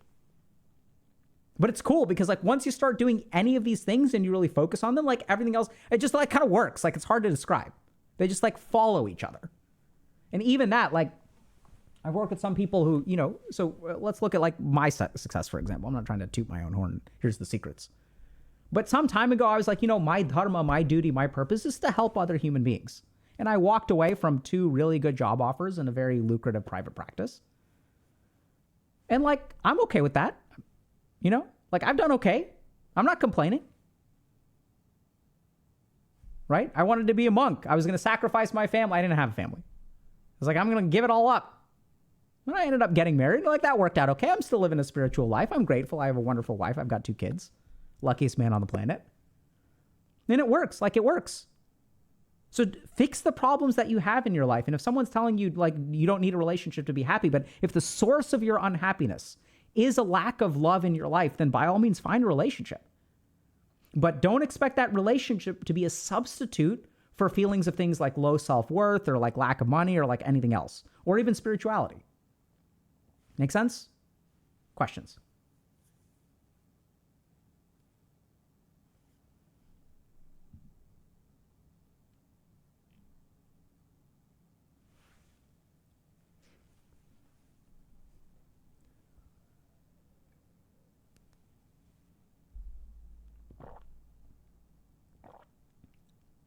Okay, this is an interesting question. Calic Fox is saying, how do asexual people factor into Kam or atheists to moksha? Very easily. So first of all, kam means desire. To fulfill your like worldly desires. So sex is just one of those. You can be like, you don't have to have sex. It also means like you should enjoy, taking a swim in the ocean. You should enjoy, listening to good music and driving down through a scenic highway. It means you should enjoy a delicious, I don't know, like piece of cake. To satisfy kam, it doesn't have to be sex. That's just one of the pieces of kam. And if that's not a piece for you, totally fine. You don't have to satisfy that desire that way. And now what does atheism have to do with moksha? Like most of the people who pursue, well, I don't know about most, but I mean, belief in God is one of the paths to moksha, which is enlightenment. So it's like one of the 4 paths to enlightenment. Like you don't have to believe in God. It's a pretty good path. It works for a lot of people, but it's not the only way. And that's why they say it's like, the word that they use is moksha, which is enlightenment. It's not bhakti, which is like faith or devotion in God. Those are 2 completely separate words.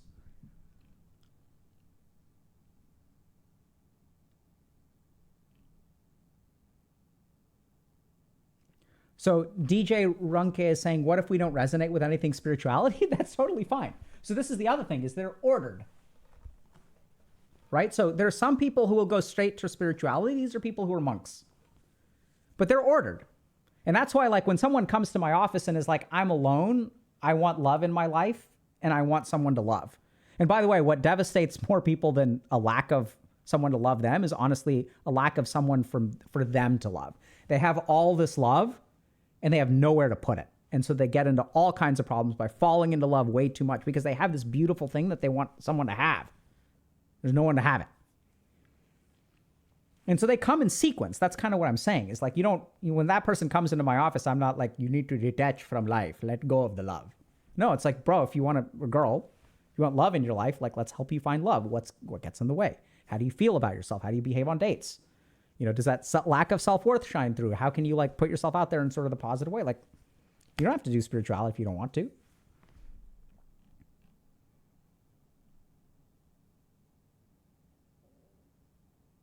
Europentia is saying, how do you know what amount is just right and how much is too much? I don't know what you're referring to, but I'd say that the answer is generally practice. How do you know if the spice level in the food is too much or if it's just right? You make it a few times. You learn from your mistakes. Can you do the 4 things in any order? You can, but generally speaking, they're easiest done, I think, in that order.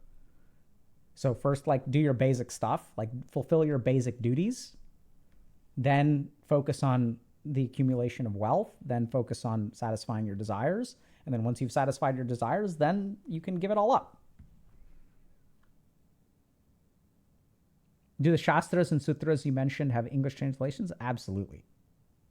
100%. Kam Sutra is everyone's favorite. Everyone loves to translate the Kam Sutra. And the Arthashastra, there's like, people study that stuff in business schools. They're like textbooks written about it.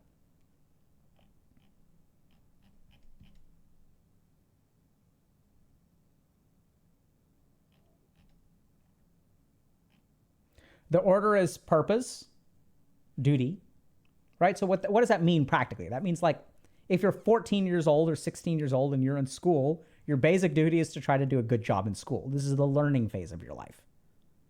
Right? And then like later on, if you're like a little bit more financially independent and you're like working, like your duty is to become secure in your wealth, to be able to be independent and have fun and stuff like that, right? Go on vacation. And then you should enjoy the fruits of your labor. That's step 3. You've worked really hard, you deserve it, right? So have, some beverage with a little umbrella on it on the beach because you worked hard and you studied hard. And you like did some good in the world. So like you get to relax some or get yourself like, whatever that new game is and like set up your Steam Deck or your Switch or whatever on your like 4K resolution TV and like have some fun. And then if you do that for a while, you'll eventually realize like, oh, this is like somewhat empty. Like this isn't really bringing me fulfillment. And even though I play this game and I play this game and I play this game, all 3 of those games were fun. But at some point, like, I realized that no amount of games will ever make me truly happy. And that when I finish one game, I just want the next one. And so it feels like I'm on a treadmill where I'm like walking, I'm chasing something, but I'm never content. That's when you need spirituality.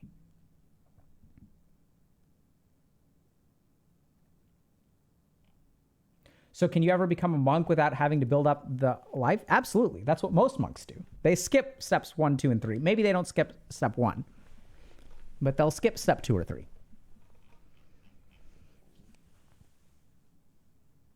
Right? And there are people who won't do all of them. I've also worked with people who are very successful at Artha, and they've been divorced 3 times. Right? Estranged from their children.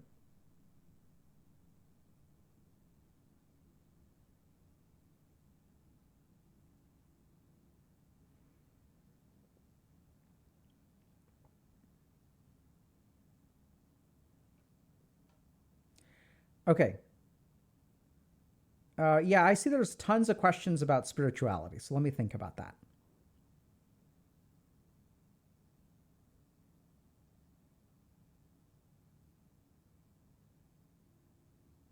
Okay, so here's how I would define spirituality. So a lot of people would say something like spirituality is like a connection to something greater than yourself. But when I used to hear that crap, I guess it's not crap, but when I used to hear it, my instinctive reaction was like, how do you know there's something greater than yourself? Like, what are you even talking about? Right? Like, there's no proof that there's God, or maybe some people believe there's proof, whatever. It's like a thing that like all human beings are like connected. Like we're all connected, and that's what spirituality is. Okay? And then that too, I was kind of like, well, no, that's not spirituality. That's like psychology. Like we've evolved that way. There's genetics, there's bonding, there's procreation, there's advancement of the species.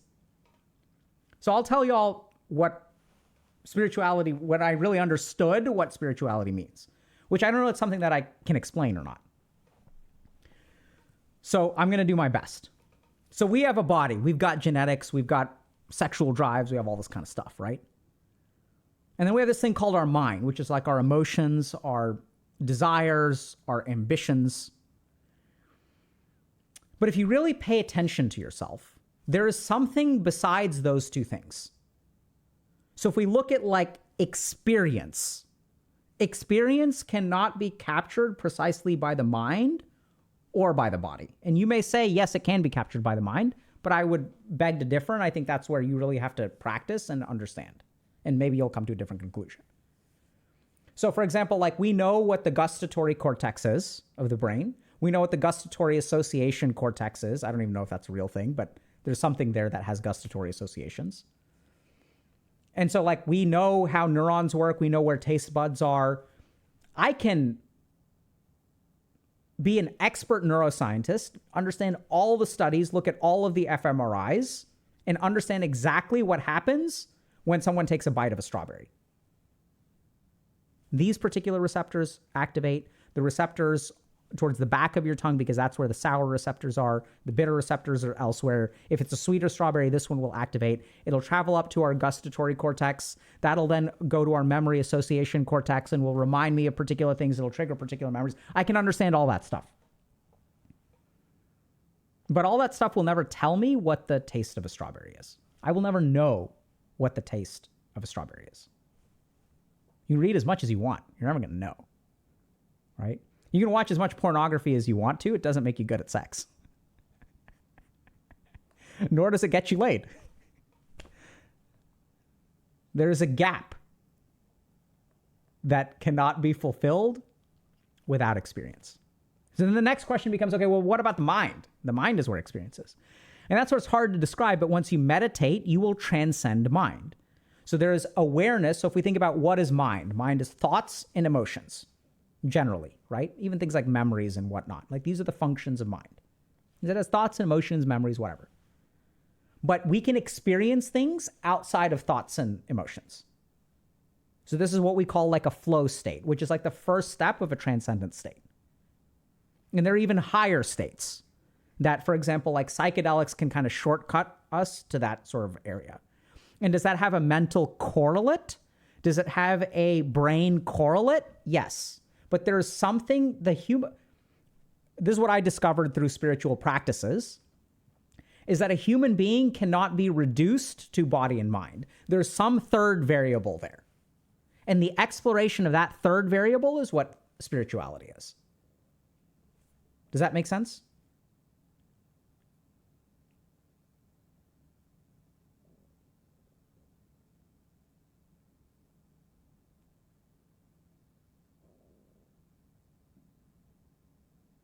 It's just that there's a third bucket.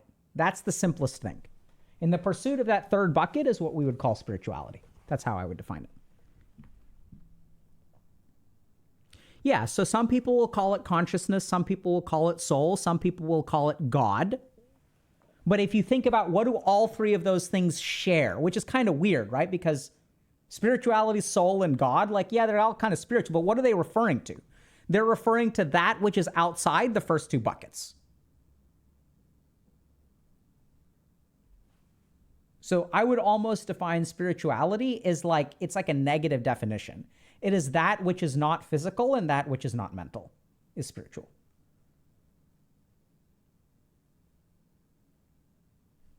Right? So this is, if you guys want to like be spiritual or not be, but explore spirituality, just look at that basic thing. This is the most fundamental exploration of spirituality, which I don't know like how we got up into all this religion and this psychedelic crap. Just like look at your own self. And like, even if you understand this, I'll give you all an example. When we listen to sad music, we can feel good. Like, what's going on there? It's weird because the emotion we're experiencing is sadness. So how can sadness feel good? And this is what the people who like studied spirituality figured out is, holy crap, there's actually like a mechanism there where the more detached from something I am, the more peace I can feel, and even negative emotions can feel good. Right? We think there's negative emotions and positive emotions. Like we think like, oh yeah, like anger's bad. Like, do y'all know how satisfying it feels to be pissed at someone in a video game and absolutely crush them? Feels so good. Right? Maybe we're getting into ego and stuff there too. But emotions, negative emotions can feel good. Grief can feel cathartic. Sadness can help us feel connected to other people. So there's something that there's just more to a human being than your thoughts and your body. And here's like kind of a simple, like, this is sort of like a yogic argument, but if we ask you, so here's a simple way to connect with your spirituality. It's hard, but it's simple. So who are you? I'm me. What defines you? Well, so I'm Alok. I'm a doctor. I've got black hair. I'm 40 years old. And right now I'm feeling this way. So if you look at your experience of life, which of those is constant? Was I Alok before I was a doctor? Yes. Was I Alok before I was 5'8" or however tall I am? Yes. Was I Alok before I was married, before I was a father? Yes. Was I Alok when I was like 2 feet tall? Absolutely. So I'm happy right now, but I was sad before. So is that a part of who I am? Like those all fluctuate. So if you look at your body changes over time. Your mind changes even more rapidly than your body. You're sad one minute, you're happy the next minute. But there is some degree of constancy to who you are. You've always been you. You've always been you. There are good times and there are bad times. There are short times and there are tall times. There are sick times and there are healthy times, but you've always been you. So then the question is, hold on a second, but if the body is different, how can that be the same thing? It's not the same thing, obviously, right? One body is 2 feet tall and one body is 5 feet tall. How can that be the same thing? Not the same thing. Sadness is different from happiness. How can that be the same thing? It's not the same thing. They're opposites. So what is it that you are? Spirituality is the search for that third bucket. It's the acknowledgement that, hold on, physical stuff is temporary.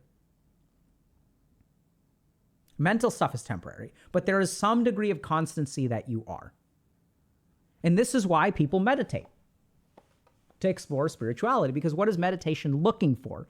Meditation is looking for the constancy outside of physical form and mind. And I don't mean that as like that sounds like, I hate the way that sounds. It sounds like some friggin' BS, like spirituality retreat. I'm not saying like look for the constancy outside of your mind and body, and that's how you discover who you are. No, but that's like literally your mind fluctuates, your body changes, but there is a part of you that is the same. And so when we practice these like things like meditation, we are trying to remove all of the variables. It's almost like a randomized controlled trial for yourself. We're trying to control for all the physical variables. That's why we're vegetarian, and that's why we do yoga. To eliminate we control for the physical variables. And then we train our mind and we control for sadness and happiness and whatever. And what's left? That's what spirituality is.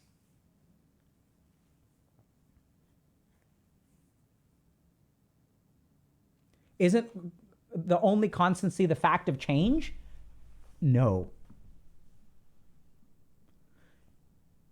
The only place that change is constant is in the body, in the mind, in society, in the external world. But the you-ness of you has never changed. Do you get that? You've always been you. If you think about the person who experienced being bullied, who experienced that birthday, who experienced getting those presents, who experienced winning a game, who experienced losing a game, that person, the experiencer, has always been the same. It's only the experience that changes.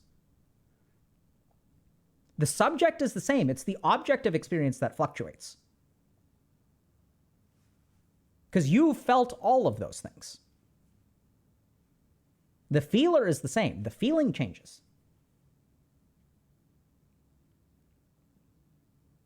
This is when Ellen Kakarolina is saying, but isn't me just an illusion? So close your eyes. We'll do a meditation. So close your eyes. What part of you is an illusion? Really, like notice. What's illusory? This is the kind of thing where if I was like teaching this on a stage, I'd ask for a volunteer. I'd ask them to close their eyes and I'd flick their nose. And then I'd ask them, is that an illusion? Right? So then this is like, oh, like,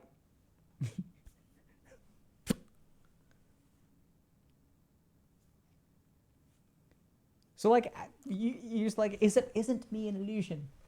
Yeah, I agree that. So the identity is an illusion. Right? But you are not, like, you're there. You're not like fake. You're not fake. Your words can be fake. Your feelings can be confused. Your identity can be fake, but you are not fake. There's like some part of you that's absolutely there, right? This is what Descartes figured out. Cogito ergo sum. And he was like, at the end of the day, even if I can't trust what I believe or what I think, there's at least something there that exists.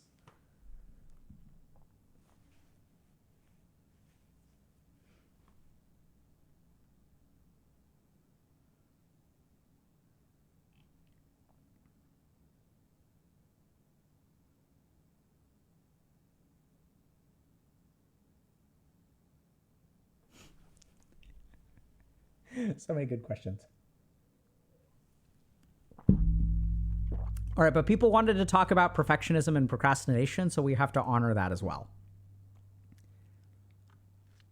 Okay, Dr. K's Guide to Philosophy. No, don't do Dr. K's Guide to Philosophy. Do Dr. K's Guide to Meditation.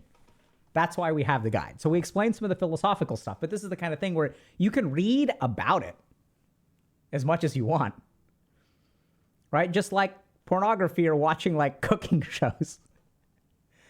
You can watch all these like competitive cooking shows. Doesn't mean I'm going to order my pizza and I'm going to sit there and eat like pizza and Coke or whatever, or Mountain Dew or whatever in my degenerate days. And I'm going to watch all these people eat all this fancy food.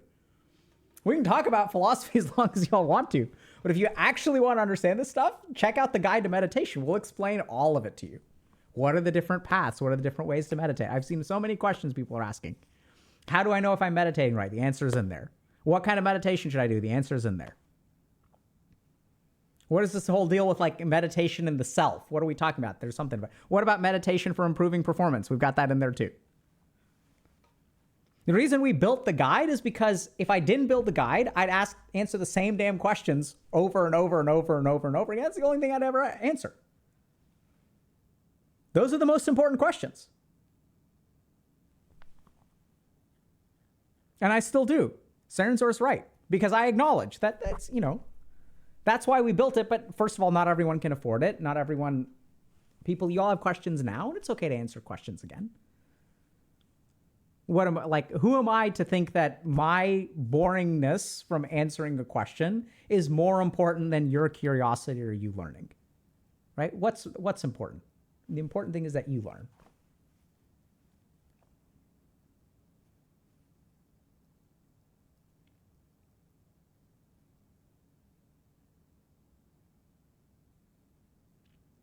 Aurelion Swole is saying, don't usually catch a stream, but I love your videos. Thanks very much for coming. Appreciate you liking the videos. That's why we make them.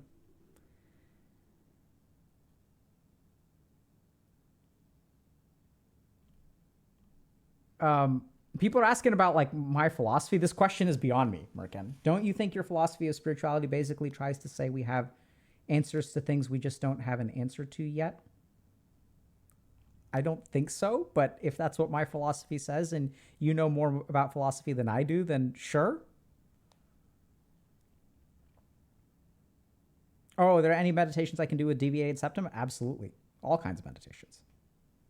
I'd steer clear of especially one nostril breath meditations, but you can do all kinds of other meditations. There's sight meditation, sound meditations. You can do Trataka, Anahat Chakra, sound meditation, all that kind of stuff.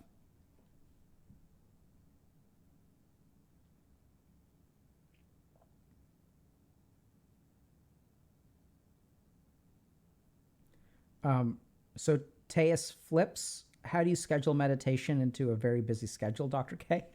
What a good question. Okay, I'm going to answer this question, then we're going to move on to perfectionism and procrastination. How do you meditate if you're busy? So first thing to understand, I think this is the Dalai Lama. Had a really famous quote. Dalai Lama said, you should meditate for half an hour every day. If you don't have the time, you should meditate for an hour.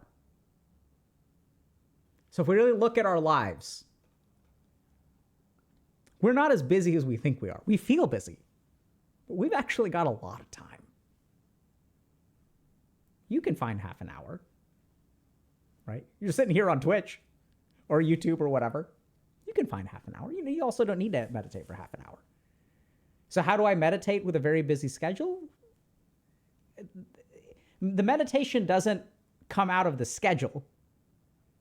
It comes out of like the non-scheduled stuff, if that kind of makes sense, right? So I have like work and then I got to go pick up my kids and I got to take them to this class and I got to take them to that class and I got to cook dinner and I got to pick up groceries. You don't have to meditate during those times. I meditate in the times outside. The other thing that you can do is make it a part of your day. So that's something that I do. So for example, I used to meditate for like 2 hours a day. How do you meditate for 2 hours a day, Dr. K, especially if you're a full-time working clinician? I meditate with my patients. That's pretty cool. Now I don't see a whole lot of patients. So what do? I meditate with my kids before I put them to bed. It's part of my parenting.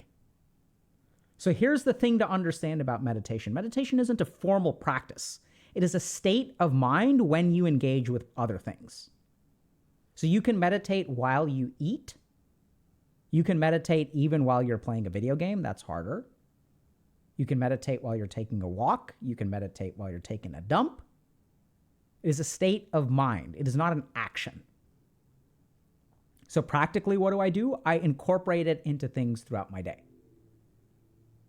So sometimes when I go for a walk, I will sit down on a park bench and I will simply close my eyes for like 5 minutes and I'll meditate. Or as I'm walking around my house, I will recite my mantra in my head. The recent one has been I meditate with my kids. And something cool happened is I didn't ask them to meditate with me. I would go, I'm like putting them to sleep. And I'll tell them, hey, daddy's going to meditate for a few minutes, then I'll finish putting you to sleep. I'd sit down, sit in Ardha Padmasana, half lotus posture, I'd start to meditate. One of the kids falls asleep, totally cool. The other one's like, I want to meditate too. And she sits with me, we meditate for a few minutes, and then she goes to bed. So if you're super busy, I would say incorporate it into your day. And the way you incorporate it into your day is by doing the task that you are doing with full awareness. So even if you're eating, don't distract your mind while you are eating. So if you take a bite of food, take it with full awareness. So taste every single thing. Feel every single thing about the food. The smell of the food, the taste of the food, the textures of the food. How does the food feel against the roof of your mouth? How does it feel against your tongue? How does it feel against your teeth? How do different foods of different textures feel in different parts of your mouth? If you take a bite of a salad that has been mixed together, how many ingredients can you detect in the bite of salad? You can make it a part of any part of your day. So Big Bird Chris is saying, but I want to watch TV. That can be a meditation too. You see, what do you mean, Dr. K? Watching TV can be meditation. Not watching TV, although that could. Wanting to watch TV. Close your eyes for a moment. Where does the desire to want to watch TV come from? Where do you experience the wanting?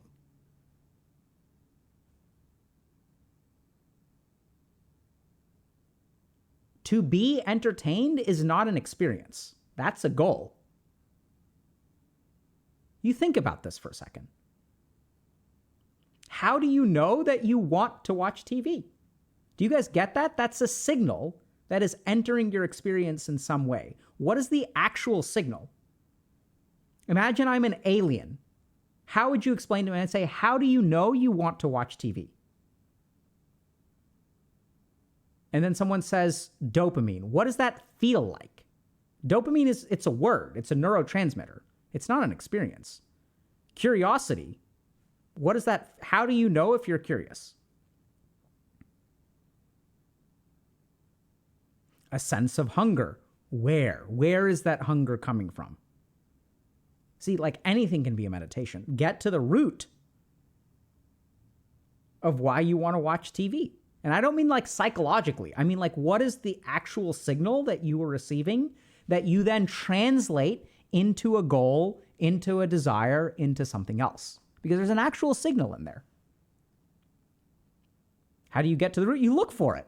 I can't get there for you. I can just show you what direction to go, but you've got to walk the path.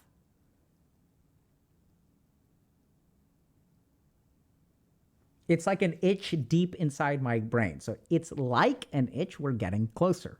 What is the itch? What is an itch? So an itch is a physical sensation when it's on the body, right? But what is an itch in the mind? And now we struggle with, oh my God, how do I get more motivated? How do I stop watching so much TV? And yet we don't even understand what wanting to watch TV is. We don't even understand what motivation is. What is motivation? It's the desire to do something. How do you know if you want to do something? What does it feel like? How do you know if you don't want to do something? What does that feel like? We're sitting there trying to build castles, and we don't even know what a brick looks like. And we wonder why it's so hard to get motivated.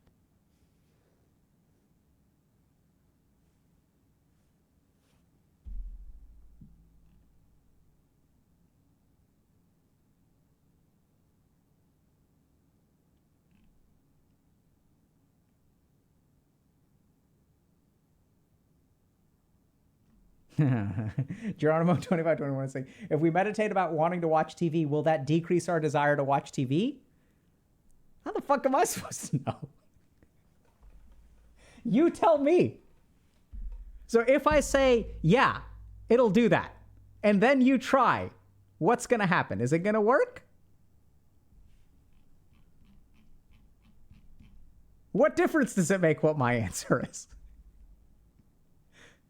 Figure it out for yourself. Notice what happens to your desire. Then you'll control it. You will master every desire that you have if you just pay attention. Understand how the bricks work. Understand how the Legos work.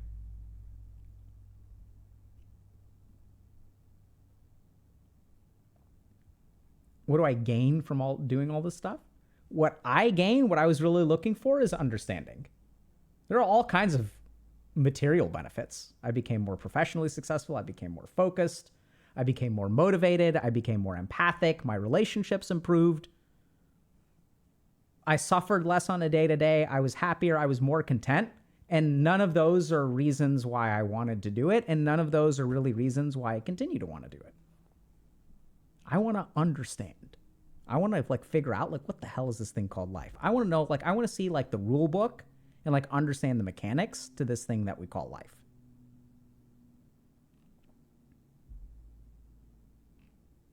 That's why I do it.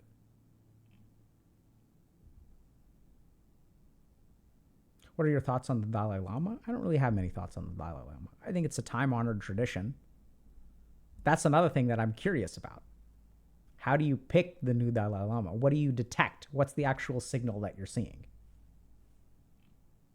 I'd love to learn more.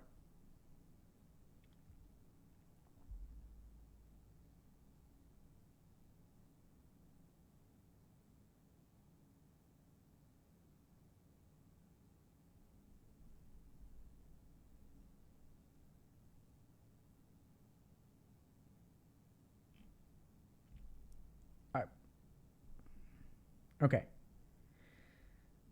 Let's do, yeah, thanks, Tech Teller. Okay, so last thing, okay? But I'm loving hanging out with y'all. I appreciate y'all being here, chat. Perfectionism and procrastination are ruining my life. I'm at my wit's end with my perfectionism. It's taken over my life and is causing me to procrastinate on every creative project I've ever wanted to pursue. The arts, music, animation, writing, video games, etc. I have so many ideas and passions, but I can never seem to follow through with them because I'm too afraid of not being able to execute them perfectly. I also have a hard time learning new things quickly and effectively. I put so much pressure on myself to understand everything immediately. This has made it difficult for me to progress in my personal and professional life. I constantly feel like I'm not good enough. It's not just affecting my hobbies, it's affecting my work and personal relationships too. I'm constantly self-guessing myself and feeling like a failure because I'm not meeting my own impossibly high standards. I'm struggling to find joy in anything anymore, and it's all because of my crippling perfectionism. Every task feels like a defeat, and if anything isn't perfect, it's like I'm failing at everything. I put every task on the back burner, procrastinating on everything I need to do because I'm too afraid of not being able to execute it perfectly. I feel like I'm stuck in a cycle of perfectionism and procrastination. I don't know how to break free. I don't know where to begin, and what's worse, I don't know what to do if it doesn't work out. Have any of you experienced this level of perfectionism before? How did you overcome it? Are there any strategies or techniques that have worked for you? I'm willing to try anything at this point. So, the first thing that I'm going to say is someone says, I'm willing to try anything. And this is why I'm going to start by pushing back a little bit. Are you willing to try anything? Or are you only willing to try things that work? So if we look at this, what's the first thing to understand? The first thing to understand is that when someone says, I'm willing to try anything, we're not actually willing to try anything. That's crazy. I only want to try things that work.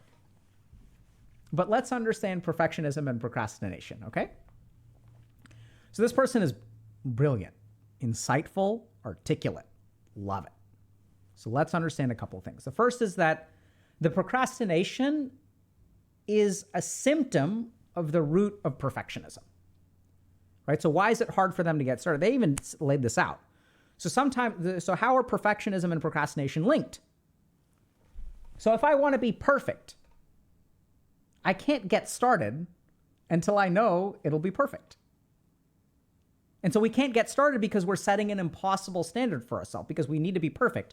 I need a plan that will achieve perfection. And I'm going to figure out the perfect plan before I get started because what's the point in starting without a perfect plan? Because then I'll do all this work and it won't be perfect and that won't be good enough. So why even bother getting started in the first place? So the procrastination comes out of the desire for perfection. So if you want to disable the procrastination, you need to do one of two things. Either let go of the perfectionism entirely and be okay starting without being perfect, which there's a path to. We've done a video about, we've done multiple videos about how to overcome procrastination. There's something in the ADHD guide, the guide to doing stuff, by the way. But let's understand that procrastination, if your goal is perfection, you can't get started until you have a plan that is perfect. And does such a plan exist? No. So since there's no such thing as a perfect plan, because as a human being, you can't predict the future, it's impossible to get started. So why do we say that this procrastinates? Does this person never do anything? No, they do stuff, but it's really hard for them to get started. And that's because something else has to overcome their need for procrastination, desperation, last minute panic. It's due tomorrow. Someone else is mad at me. And so experiencing life as this person is awful. It's like you're a ping pong ball and you're getting swatted back and forth between perfectionism and what other negative emotion is required to overcome the procrastination related to the perfectionism. So you have no control over your life. You're being like swatted around by negative emotions. And when you're getting swatted around by negative emotions and you have no control, your performance suffers. You certainly ain't behaving perfect, let alone good. So how do we tackle this? So let's understand the desire for perfectionism. So we want to be perfect for a couple of reasons. The first is sometimes our performance correlates with our value as a human being. So if you look at like a lot of people grow up in situations where they're taught, you're not a good child. You're not a bad child. Oddly enough, people who are taught that they're good children or bad children, this doesn't apply to them. There are some of us who are taught that whether we are good children or bad children depends. So in a very traumatic situation, abusive situation, these people are not perfectionists. They don't struggle with perfectionism because they're like, I suck to begin with. I'm going to suck no matter what. Their problem is different. And then there are people who are sort of brought up in a secure environment where like, you're a good kid and it's okay to fail and like, that's not us. Then there are those of us who are perfectionistic. And what happens with the perfectionistic people? Whether I'm a good or a bad person depends on my performance. It depends. And once we fall into that, then we're in big trouble because our value as a human being and we want to make people happy, right? We want to make people happy. We want to be a good person. These are important ideals. These are good things to want. It's important to make other people happy. It's important to feel good about ourselves. Like self-esteem is important. The problem is that depending on your wiring, you started equating performance with value as a human being. And so what do we want? I want high self-esteem. I want to be a great human being. Of course, who doesn't want to be a great human being? How do I become a great human being? Great human being equals perfect performance. So when do you see this? You see this in people whose value was dependent on their accomplishments. That's one reason why people are perfectionistic. Second reason why people are perfectionistic is they cannot tolerate the consequences of a non-perfect solution. So if I'm not perfect, that means that stuff can happen, okay? And that stuff, when that stuff happens that is not perfect, there is a response within me that is too painful to deal with. So I'll give you all an example. I like someone. I want to ask them out on a date. But them saying no hurts so much. I'm rejected. I don't want to be rejected. I don't want to be a POS. I want to be a Chad. I don't want to be a whatever the opposite of a Chad is. And that rejection, I've learned to fear that rejection because I've been rejected or whatever in the past. And so now what I'm going to do is I'm going to come up with a perfect strategy, because if I can come up with the perfect strategy, I can control the result. And if I can control the result, then I don't need to suffer. So the desire for perfection is a protection against the consequences of a suboptimal result. If I get a B and someone else gets an A, they're going to get an award. Everyone's going to cheer and clap, and I'm going to feel jealous. I hate feeling jealous. I hate feeling second best. I don't want to feel second best. So instead, what I'm going to do is I'm going to be perfect, and then I'm going to be number one, and then everyone's going to clap for me. And I'm going to feel so good. I hate that feeling of envy. I hate that feeling of jealousy, especially because I know that person deserved it, and I don't deserve it, which makes it hurt even worse. So we desire perfection to protect ourselves from the consequences of a lack of perfection. Reason number 2. Let me think. Is there number 3? Can't think of anything in the moment. So it usually has to do with intolerance of negative emotion, and has to do with our sense of ego or value. So then how do we tackle these two things? So let's start with the second one. So if we think about procrastination, I can't get started until I know I'm going to be perfect. And if I'm perfect, then everyone's going to cheer for me. Everyone's going to clap for me. I'm going to feel good and I don't want to feel bad. And so if we think about literally what this will feel like for you is when you think about getting started, there will be an anticipation of a particular feeling. So what the procrastination will look like is if I get started now, and you can pay attention to yourself, okay? What this looks like is if I get started now, your mind will warn you of a particular consequence. You'll start to feel fear or jealousy or inferiority or something like that. And that's how you know that that's what's going on. Even the thought of getting started evokes that emotion. And then that emotion is something you're so terrified from, you run away from it, so you don't get started. You procrastinate.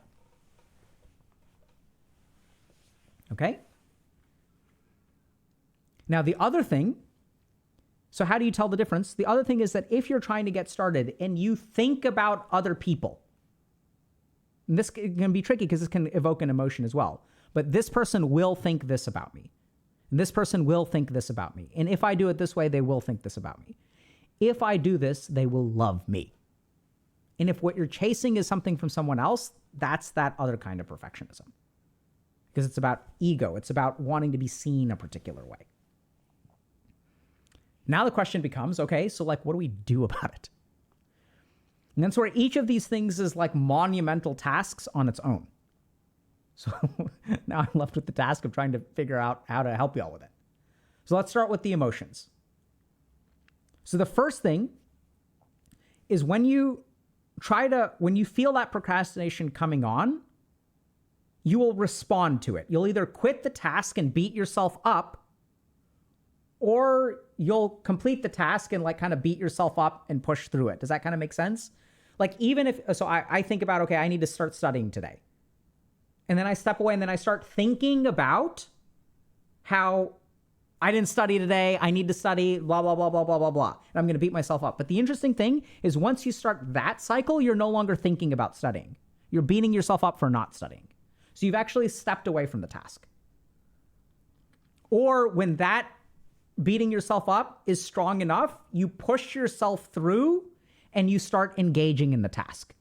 But you're not sitting in that middle zone, if that makes sense. You've pushed through the procrastination or you've run away from the procrastination. And now the problem has become you haven't really conquered the procrastination.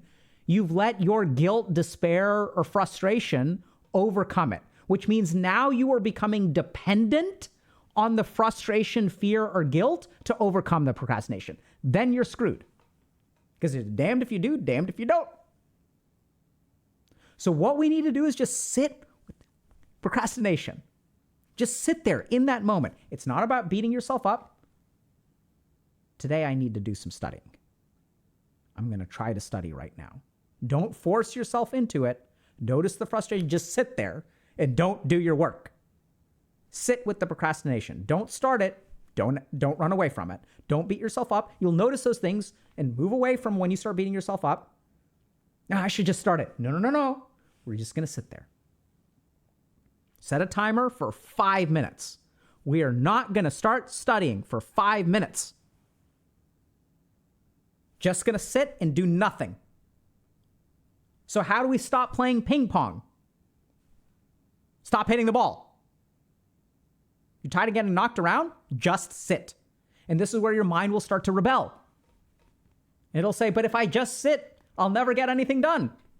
And all those kinds of things. And there it is again with the stick. What is the ping pong paddle? Pop. Nope. It's just 5 minutes. We're gonna do anything. No, you need to do stuff. You need to do stuff. Nope. We're just gonna chill. 5 minutes. Breathe. You can do meditation if you want to. You got to be careful because if you start meditating to start working, that's another ping pong paddle. You need to meditate more. If you meditated better, you'd be able to work. Nope, we're just going to sit. 5 minutes, set a timer. Just feel the tolerance. And this is where you say, but it's not working. I'm not being productive. Yes, you are. What you are doing for those 5 minutes is tolerating the emotion and not letting it control you. You are literally training yourself to be resistant to the swat of the ping pong paddle. Your ball is becoming heavier. It's no longer a ping pong ball. It's becoming stone, lead, some kind of super dense alloy. And if you rise to the level of Buddha, you're going to be like a supernova or a black hole, infinite density, and nothing will be able to touch you. Just tolerate. Don't do a damn thing and don't react to any of your emotions either way. Do y'all get that? Sit. Now, what if you have the other one? What if people think this and think that about you? This is where it's kind of tricky, but what you've got to do is recognize there's two different things here. One is the task that you need to do, and one is how people will respond to the task. Which one do you really want? Because as long as the two are tangled together, you're SOL. Y'all get that? Like you're like trying to fight a war on two fronts. You can't make people happy and do work. You can either do work, you can't even really ever make people happy. All you can do is do the work. So acknowledge that in this work, you are adding another victory condition. It's like we're playing this game and now there's this second victory condition. And it's like, holy crap, that makes winning the game way harder. And what are we actually trying to do? We're trying to stop procrastinating.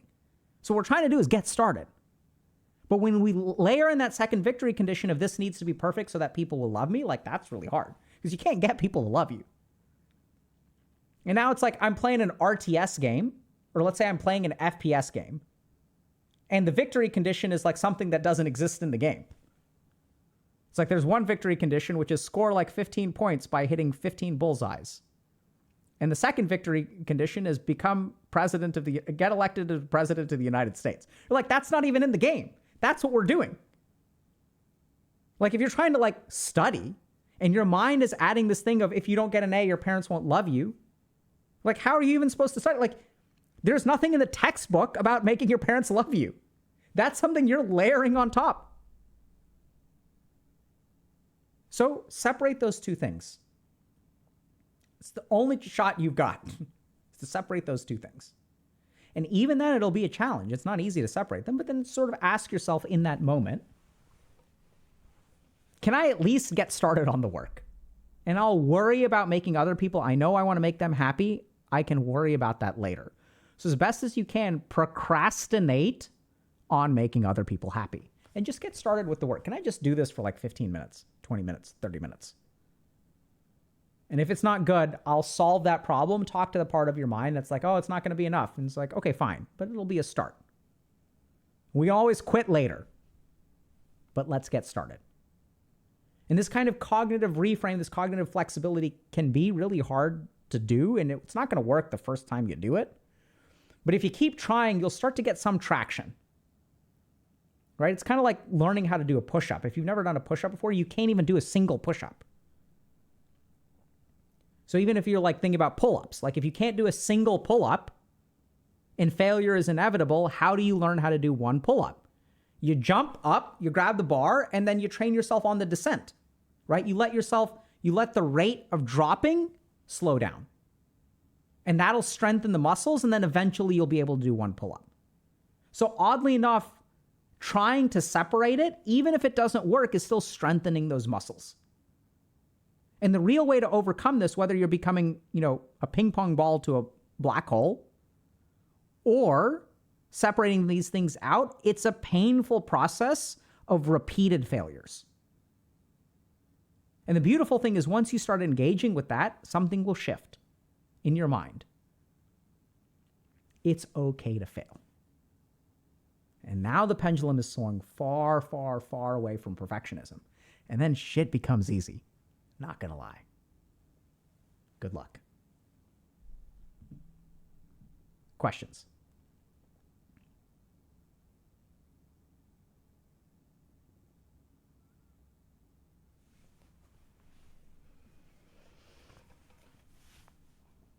So there's So basically eliminating the cognitive load of the task so you could increase the chance of doing the task. That is absolutely one ultra mega pint. That is one of the factors at play. So we talk about this in the ADHD guide, how to reduce cognitive load.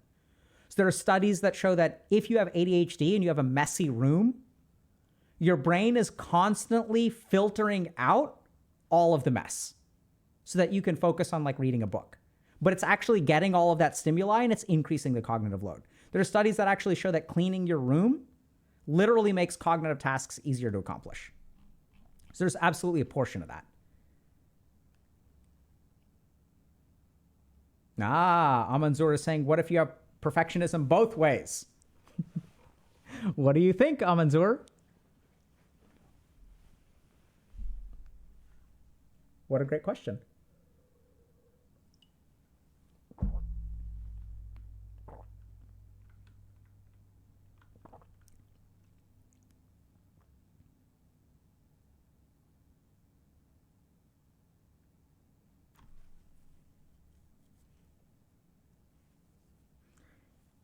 Can perfectionism come from self-pressure? Yeah. So I think the third thing is that this is other people as well, but so I think the third aspect is that sometimes perfectionism can come from the ego.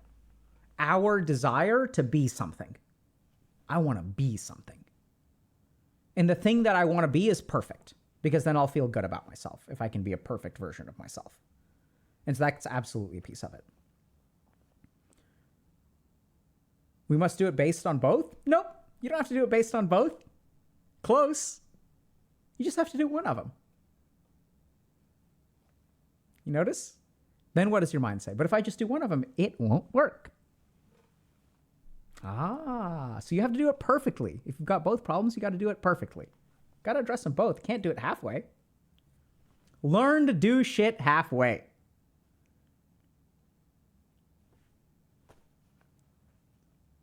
Honestly, like, biggest success story of my life is learning how to do things half-assed. I tried to full-ass everything, and then it's like too much. You just don't have that much ass. You got to start half-assing it. Got to conserve that ass. You know what I'm saying?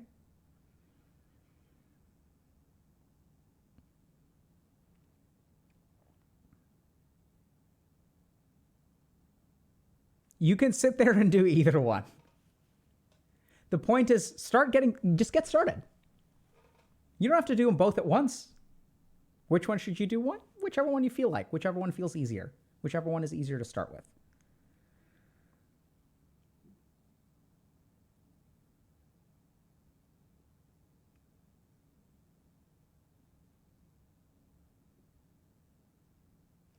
Is the compulsion for perfectionism a learned response? No. No, actually. So there are some very hardwired aspects of perfectionism. So if you look at like so kids learn how to walk, right?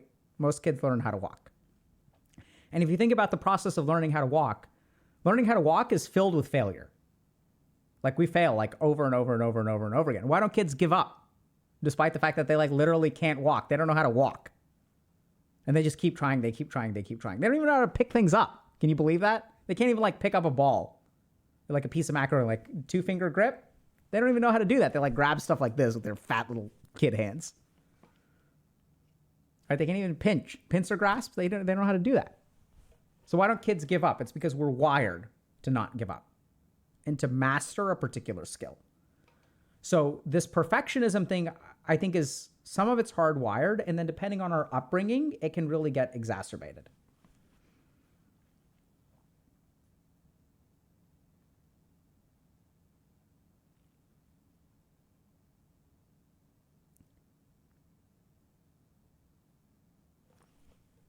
So Giant German is saying, I work in a sales organization where perfection can make or break a deal. How should I handle striving for perfection and falling short? That's exactly how you should handle it.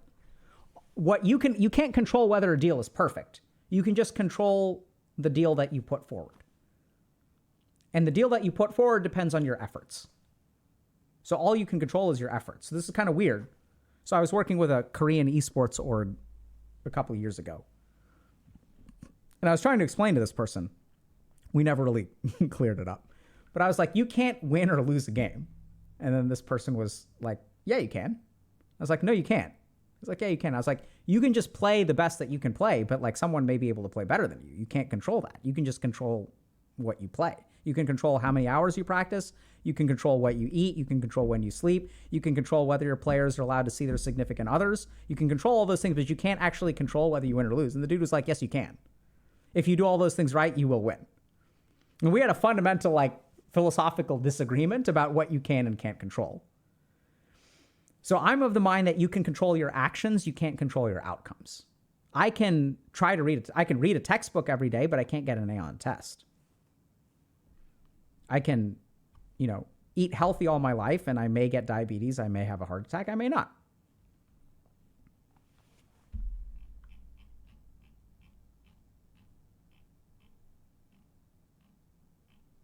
So if y'all need a full episode, we cover a lot of this stuff in the ADHD guide. So it's kind of weird because even when we were coming up with it, I was like, they're like, what do you want to call the guide? And I was like, I don't know. It's like just a guide about how to do stuff. It's like we try to do stuff, but we don't know like how to do stuff. Like there's this instrument here that's our mind that keeps us from like doing stuff. So I'm just going to explain how that thing works. That's what the guide's about. And so thankfully my team was great. They're like, let's just call it that. It's like, if you struggle to do stuff, then that's in the guide. So this person who's saying, Duck Gus is saying, brain hurts need a full episode on the subject. And there's way more than a full episode. Doing stuff is not basic. It's very complicated. Okay?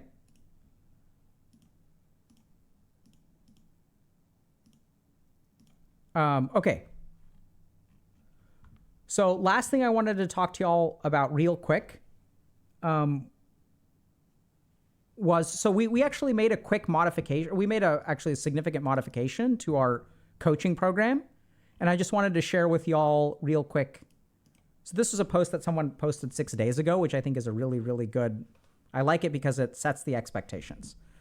So I've been watching Healthy Gamer for quite some time, and a while back I decided to give group coaching a try as my own efforts didn't seem enough. So I think this is one key aspect, which is like, sometimes like you can put forth a lot of effort, but you need something to just like help you over the edge. It was remarkable how much of an effect it had on my life. It's taught me so much and helped me digest certain things in my life. After group coaching, I decided I wanted to put all my efforts to the test and do something that I've always wanted to do but have failed. I decided to make a video game and make it available to the public within 3 months. Okay? So this is actually what we look for kind of in our coaching clients. Is oftentimes what happens is they come in and they're like, stuff is not working. And then they'll do coaching for a while, and then they like clarify a goal, and then they set that goal, and then they shoot for it. Sometimes that's more personal coaching. And then that's really what we try to do is we use like all these techniques that we've taught you all today to help you figure out, okay, like what's holding you back and how can you actually accomplish it. And I wanted to share this with y'all as well, because I think this is really important. It took a lot to convince myself that coaching wasn't a waste of money, and it ended up being great, well worth the money, but it's only as useful as you make it. If you don't go out of your way to get something out of it, then it may not be as great. So this is kind of what we find is that you don't have to have a clear goal when you come in, but you need to do the work. So what we really ask you to do is show up. And if you show up, and we're going to start by like understanding you, right? So we can't give you a plan out of the gate. But it's like, let's understand like what's holding you back. Why are you procrastinating? Are you perfectionistic? Let's dig into that. Where does that come from? Which version of that is it? And you're going to hear from other people in group coaching. And we've actually added a pretty cool feature where there's a recommended groups feature, which allows you to pick a group based on what your goals are. So you can work with other people who have that same goal, and y'all can sort of like work through it together. And this is kind of, if y'all notice, like when we talk about a post, right, or there's an interview, your ability to understand what's going on is actually better than the person we're interviewing. You're seeing it from the outside, and we gain insight. It's easier to see our problems and how to fix them if they're held by someone else. So group coaching really leverages that. And right now we've also got where we've got a limited time offer for $25 a session for group coaching. So if y'all are interested, definitely check it out. Questions? Yeah, so Bjorn Toberwild 93 is showing up as 50% of the work, and that's really where we ask you to start. And then what's really cool, like the reason we built this program is precisely to do what this person did, which is we want you to start by showing up, and then we'll help you uncover the motivation. We even teach our coaches a particular technique to set successful goals. That technique is also in the ADHD and Doing Stuff guide, by the way. So this is a technique that's worked for over 10,000 people, and like we'll share the technique with you. It's in the guide. But half of the reason that we screw up, if we think about perfectionism, what's your problem there? The problem is you're setting the wrong goal, so you're dooming yourself to failure. How do you set the right goal? What gets in the way of setting the right goal, right? Why is it that the goals that you set are based on wish lists instead of things that you can actually meaningfully accomplish? And when you set up goals that are wish lists and you fail at them over and over again, what does that do to your motivation? And when you set goals that are accomplishable, what does that do to your motivation? It actually increases it, but setting that goal requires a cognitive lift in the first place because you don't want to set that goal. You don't want to if you're failing a class, you don't want to set a goal for a C. That's not going to fix the problem. And so working through all that stuff is like exactly what coaching is for. So definitely check it out. And now with the recommended groups feature, this is something our devs have been working really hard on. It's something that we got a lot of feedback. We actually analyzed a bunch of groups and found that when people are sort of paired up based on shared problems, the outcomes are better. So check it out. These groups are mostly for adults, right? Mostly. But that's where I'd say you can be 16 and you can be 32 and you can have the same problem.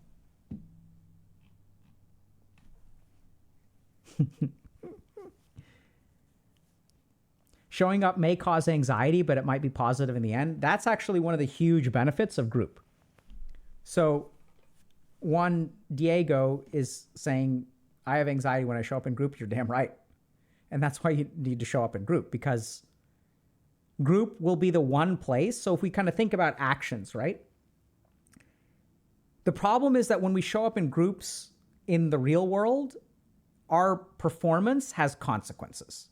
So it's not a safe place to practice. The cool thing about group is we actually have very strict boundaries, which we encourage, but y'all are free to do it. So we'll say things like, don't play games with people in group.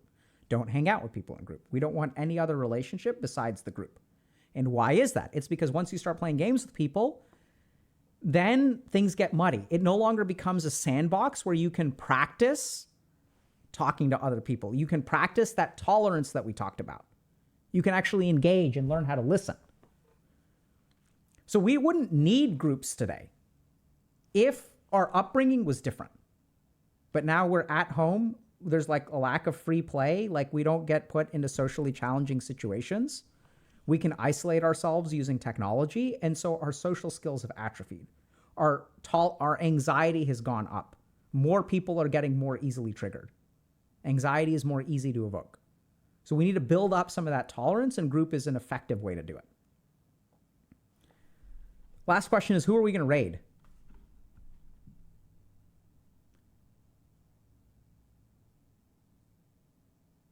Marius Law is saying, how am I going to make myself show up to a group when it's such a daunting task just to click on your stream?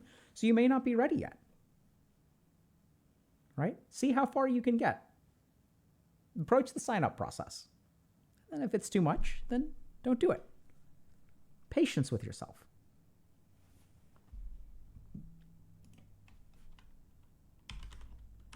Okay, Hassan or Miz?